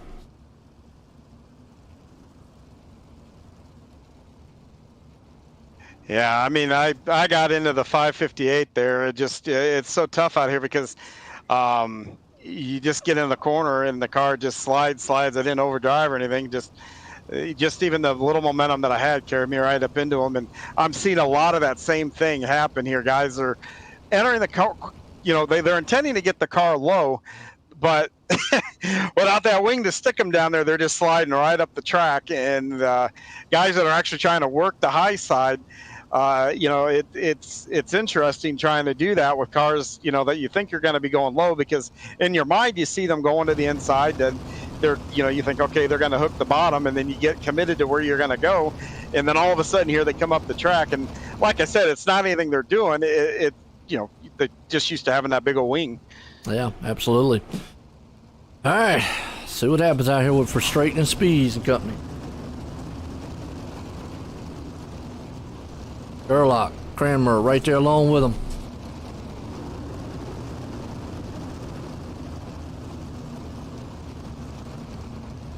I know, Debbie, you're out there pulling for Hall. He's up to 10th right now as green flag flies. Straightening Company there, get it, and already battle. Here comes Speeds. He's down to the inside. He's going to see if he can't put that slide job on the inside of Frustrating. Meanwhile, up top, here comes Gerlach. Uh-oh. Frustrating's off the track. Huge. Wow. Just got tumbled. Our leader caught the top of the cushion, and just like that, he's gone. In the pits. Unfortunate night for him. Cranmer now in second. Cohan has pulled it up into third. Let's see if he's learned anything. Yellow flag out. Looks like Terry Landis and Company out there. Let's go back on the Malcolm Mills replay, see what happened. Landis is in the back here. And got a car that went off the top. And looks like Landis tried to check up. Unfortunately, the car behind him just got in the back end of it. And just one of those little check-up deals. Accordion effect. Yeah, wow. I was the guy that hit Terry there, and it's just what I had said the previous one, where the guy on the bottom is sliding up. I mean, the funny thing is, I didn't even see Terry's car. The only thing I saw was his tail tank come up. Yeah, all he of a had sudden. to check up because of, cars in front of him were sliding and all absolutely. that. So, yeah, and that's accordion effect, nothing bad. Yep, and that's what I said. These cars are moving around so much on the track. You commit to a line. And that's fine, you got the intent, but the cars are, like I said, they're moving around, so they may not stay in where you're wanting them to go. Well, puts us on a caution here. Looks about, can't read it from here, but I think about 13 or so. 10? Yep, 10. Yep, we're working lap 10 here. My other screen, folks, over here is so small, I can't read the numbers a lot, and I'm probably getting old too, so we'll chalk it up to that. That is, well, Cranmer and Company. Green flag. You've got Spees out front. Cranmer there. Cohan, he is, wow, I'll tell you what, talk about a guy that is fired back from bad luck. Yeah, see, now he's not flirting with that top side as much as he was before. He's kind of staying middle of the track. Oh, he got a run on the leader. And again, looks just like what you were talking about. Speeds just went in there hard sideways. Cohan got a run and luckily he just bumped him in the back. And the momentum there of Speeds, he was able to keep a hold of it. But Speeds there in third. You see Cohan falls back in the second. Gerlach takes over the lead. So we got a good battle up front. Oh, Daniel Vault around. Go back on the Malcolm Mills replay. See what happened to Vault back here. He's in that black machine. He doesn't have a front end at all. He's turning that thing into a modified, and I don't know who that was, but again, looks like he was just sideways, and another car, just momentum-wise, came up there and gave him the bump. So, man. Yeah, the amount of speed that when you get it too far sideways, which I cannot stress enough, how easy it is to do. The amount of speed you scroll off. I mean, we got 12 laps to go, by the way. Yeah, I'm going to be interested to look at the telemetry when we're done, but I'm going to bet you. Close quarters here, when these cars get sideways and someone that might be behind them, there could be as much as 15 mile an hour difference between the two cars. And I mean, when you get to that, I wouldn't doubt it. Yeah, when you get to that kind of gap, the closing rate is so incredible, and then you're on dirt, so it isn't like you can just yank the wheel to the left or the right to avoid. It's, you're going to do what that car is going to do. You're going to hit them. Mm-hmm. All right, well, up front, it's been a good battle up front here. Gerlach, Nick Cohan, and Steven Spees right there. You see Cohan's probably the number one bounce back here. As you watch, he had a very fast car in his heat. Actually was leading, and then he just went up there and flirted with the top side cushion and ran her right off the side of the track, and then was able to get it going back. He had to run the consolation. Fortunately, in his consolation, everybody made it in. So he was able to make it here, and he's been able to battle to the front right now. So looking pretty good in these wingless sprints out here right now. We'll just see how he modulates his track if he stays off that cushion up there. But you got Spees right behind him. Cranmer there in fourth. Blau in fifth. Gerlach there in first. Here we go. Green flag. Green, green, green. Little checkup up in the front there. Gerlach, Cohan. Speeds right down the inside, so it's a 3-card battle. We're about the top side for second. You see Cohan up top. Speeds down low. He's going to try to take that spot away from him. Blau's hanging on to the 4th place spot with Cranmer there with him. So we got some battle. I mean, we got battles everywhere. Front, middle, back. I mean, it's all over the place as you can tell right now. And right here, there's a good battle going on for about 5th and 6th place spot with Blau, Cranmer, Smith, and company checking it up. Oh, Dittmer around. Caution is out. Let's go back on the Malcolm Hills replay here. See what happens to him. And you see Dittmer there and just off top side cushion. Yeah, and I'm going to tell you, I don't know how many of these guys are listening to the broadcast as they're driving, but I know there's a few of them.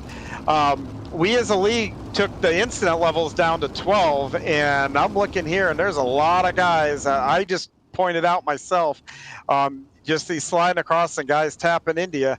These add up here quick in these cars. So you've got 3 that have been DQ'd already. You got 2 that are right on the edge of it, and you know you got a couple. Then you got a whole handful of them that are almost half the field or halfway there. Yeah. Oh, still got Gerlach out front. Speeds there in second. Cohan third. Those guys have been battling it out up front here. I don't know who's going to pull it off, but looks like we're going to have about 10 to go on this one. And a wild one here tonight, folks. Our hometown heroes. We got the Cool Rays, Heat and AC, Coast2Coast Racing League. Check us out there on C2CRL.com for all your information of, and get all the information, about upcoming events and what's going to happen here in the hometown, and plus some of the other series that they've got going on here. So definitely check it out at C2CRL.com. Like we might go single file. Sure. That would be probably looking here at these incident points. Probably a good idea here. Here we go. Pace trucks in. Gerlach, company up front. Bringing them around. Turn 3 and 4. Green, green, green. Green flag. Gerlach gets a good jump over Spees. And Spees gets a good jump over Cohan. You've got Miller now, though. Here comes Miller to the inside. He's trying to take that 3rd place spot away from Cohan. You got Blau back there, and he's a little bit further off, but he's got his hands full of Cranmer. So, but in the meantime, and Miller says, forget about it. I'm going to just go all the way up to 2nd place spot. He's going for the lead. And he just came out of nowhere, all the way back from 5th place to the lead, just like that. Miller's got a good, fast machine. He's flirting with that top side cushion, though, and, well, the leader just went off. Never mind. Caution's out. It wasn't because of Miller, but we just saw the leader go off, and just unfortunate. But Preston Cranmer around in the back. Let's go back on the Malcolm Hills replay and see what happened to Cranmer, because I got Kelsch and Barker involved back here too. But Cranmer, he just went off the side and then just a check up from there in the back end. But our leader up front, wow, Miller, came out of nowhere from 5th all the way up to the lead, and then was driving that topside cushion, overdrove it, went off the side. Now he's back in 4th place there again. But boy, if he can do that again and then maybe learn from that mistake, he might be all right.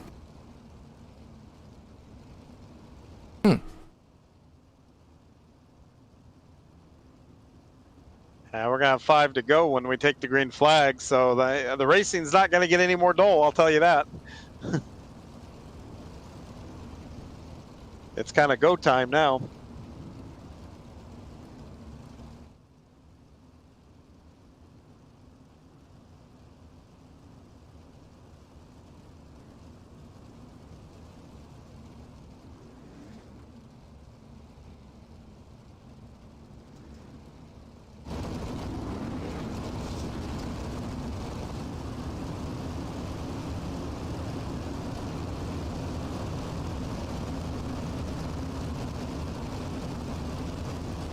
They're getting the one to go here, and I'm telling you, I'd be pulling my belts pretty tight here and grabbing a hold of that steering wheel. It's going to be a white knuckle 5 laps here at the end. That's it. Gerlach, Spees, Cohen, and Miller.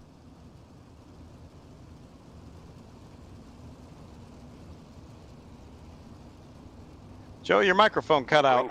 Green flag. As we come to the green here, and Gerlach gets a nice wholesale shot going into 1 here. Green flag. Here we go. Gerlach, Spees, Cohen. Back at it again. Miller right there in 4th. Well, them guys are flirting with that top side cushion again. All top 3 of them right there, except for the leader, Gerlach. He's staying down kind of in the middle. But your 2nd, 3rd, 4th place guys all right there on it. So anything disastrous could happen. Miller right there on the back tail tank of Cohen. They're still rumbling there in the 2nd place spot. You see Miller lose a little bit of ground to him. As the meantime, Spees right there on the top side. Cohen is ripping that top.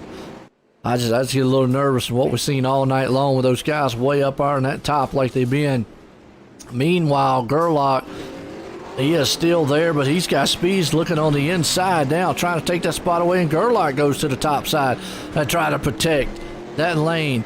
As time's winding out, about 3 to go in this one. We're getting up here to the white flag. And I always say when the white flag flies, doesn't matter what happens at that point. 2 to go. Spees is there. Well, Spees is in there. You see right now Gerlach up top.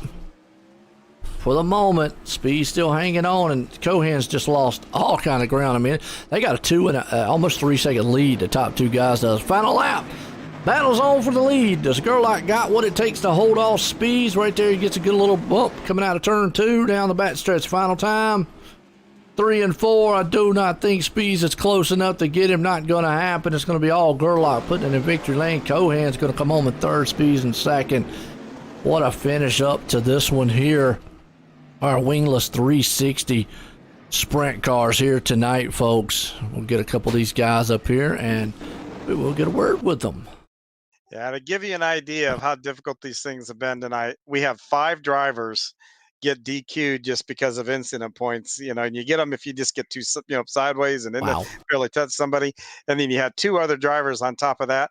All they had to do is mess up once more. So we would have had up to 7 drivers, out. That's crazy. These cars were really, really difficult to drive tonight.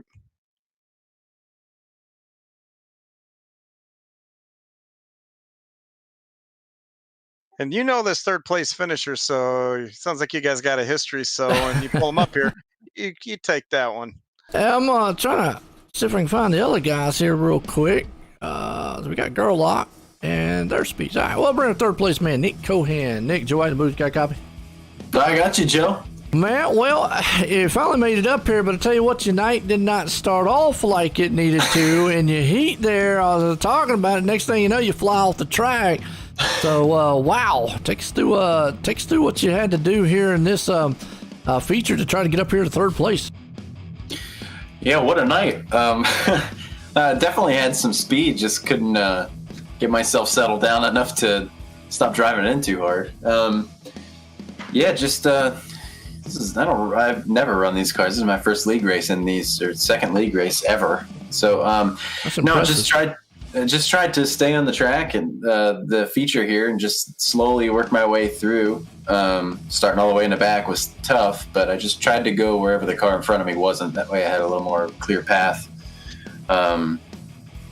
Just tried to stay out of trouble, and I did that in the feature. I think I got it all out of the way in the heats and the B main there. Oh, absolutely. I tell you, and like you said, I mean, out there in that feature, I mean, we've talked about it all night long. You get up there on that outside. That's one thing I like about Lernerville. It's in its name. You learn that cushion can jump out there and bite you in a heartbeat. And with these cars, you got no wings or anything. But hey, you came home here in third here tonight. Persevered, got a hard charge up front there. You got anybody you want to thank for a good finish?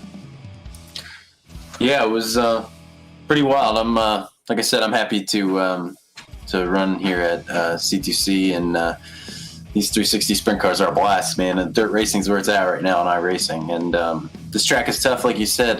Just got to thank CJ Automotive, Perk Coffee, Always Race Day, Circle Jerk Podcast, all my teammates at Disney Motorsports, and congrats to my teammate Josh on winning tonight. Also, thanks to C2C and you guys for putting this broadcast on. Can't wait to go watch it. I tell you what, man, like you said, good run, good finish there tonight to third place, and a good hard charge. This is Nick Cohan, third place finisher here tonight. And this man, Steven Spees, though, he held on and almost pulled it off with our Gerlach up front. Steven, this is John up in the booth. You got a copy? I got you, John. Hey, bud. Nice run tonight. Boy, Josh was smart taking away your line there. That looked like the quick way around. And do you have any close calls up there? I mean, man, I'm telling you, I think it seemed like everybody in that race went over that edge at least once. Yeah, I was trying to stay away from it as long as possible. Obviously, on one of those late restarts, I think it was maybe Casey Miller or somebody I saw hit it and gained a bunch of spots. So I figured out it was there and figured I had to do it there at the end. But those last couple, 2, 3, 4 laps running the top was way more stressful than the rest of the race for sure. And I think I had it, going into turn 1 after the white flag. He bobbled or scrubbed speed, took a weird line or something, and I had to really check up, and it just killed all my momentum. Otherwise, I think I had a really good shot at taking that from him on the last lap. Well, as much as I wanted to see you win the race, you still beat me, and you know how I feel about that. So, but anyway, in all seriousness, that's an excellent run tonight. Glad you made it out. Is there anybody you want to give a shout out to? We always have to thank the team. We all have fun in our little Gambler Motorsports group. Even whenever you don't hang out with us on Wednesday nights, we still have fun. You probably have more fun, to be honest with you. I mean, I wasn't going to say it, but since you did. Thanks to Preston for putting the wraps on the cars, Epsilon Sprint wraps. And then just thanks to the league for throwing these in here for a weekly run. As you already know, these are one of my favorite cars on the service, and we just don't get a chance to drive them very often. So while, of course, they're hard to drive and we had way too many cautions tonight, still they're just a blast to drive. You just have to be slow and patient, and so glad we got to do it. Yeah, hopefully we'll bring them back and do another race with them next season for the Hometown Heroes. But, Steven, that's a great run tonight. That's Steven Spees, our second place finisher. Yeah, it is. Steven Spees right there, like you said, doing an outstanding job, coming home in second. And him right down there. So we'll bring up our winner here tonight. And you want to talk to Josh Gerlach here, John? Yeah, I can. All right, well, let's bring up the winner here tonight, Josh Gerlach, pulling it off here at Lernerville. Well, winner, chicken dinner. Nice way to redeem yourself from the disaster that what was it, the 305s? Congratulations here, man. Thanks, John. Appreciate it, buddy. So, tough track conditions. I was out there, and while you had a much better view of the race being up front, and I know you had backing the corners up and having to approach the corners.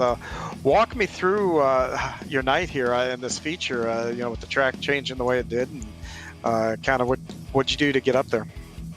Man, it was up and down for sure. Early on, like you said, I think just because we don't run a lot of non-wing stuff around here, so I think it was an adjustment period early on for guys just to not overcharge, the corner with the bottom being so good early on, and kind of got hit a couple times, fell back to like 7th or 8th, and I thought it was going to be a long one, but I just kept plugging away, and the bottom was good for quite a while, and then it really went away there at the end. But man, it was stressful, especially the last few laps when we had to move up. I did not want to run the top, and luckily I was able to hold on.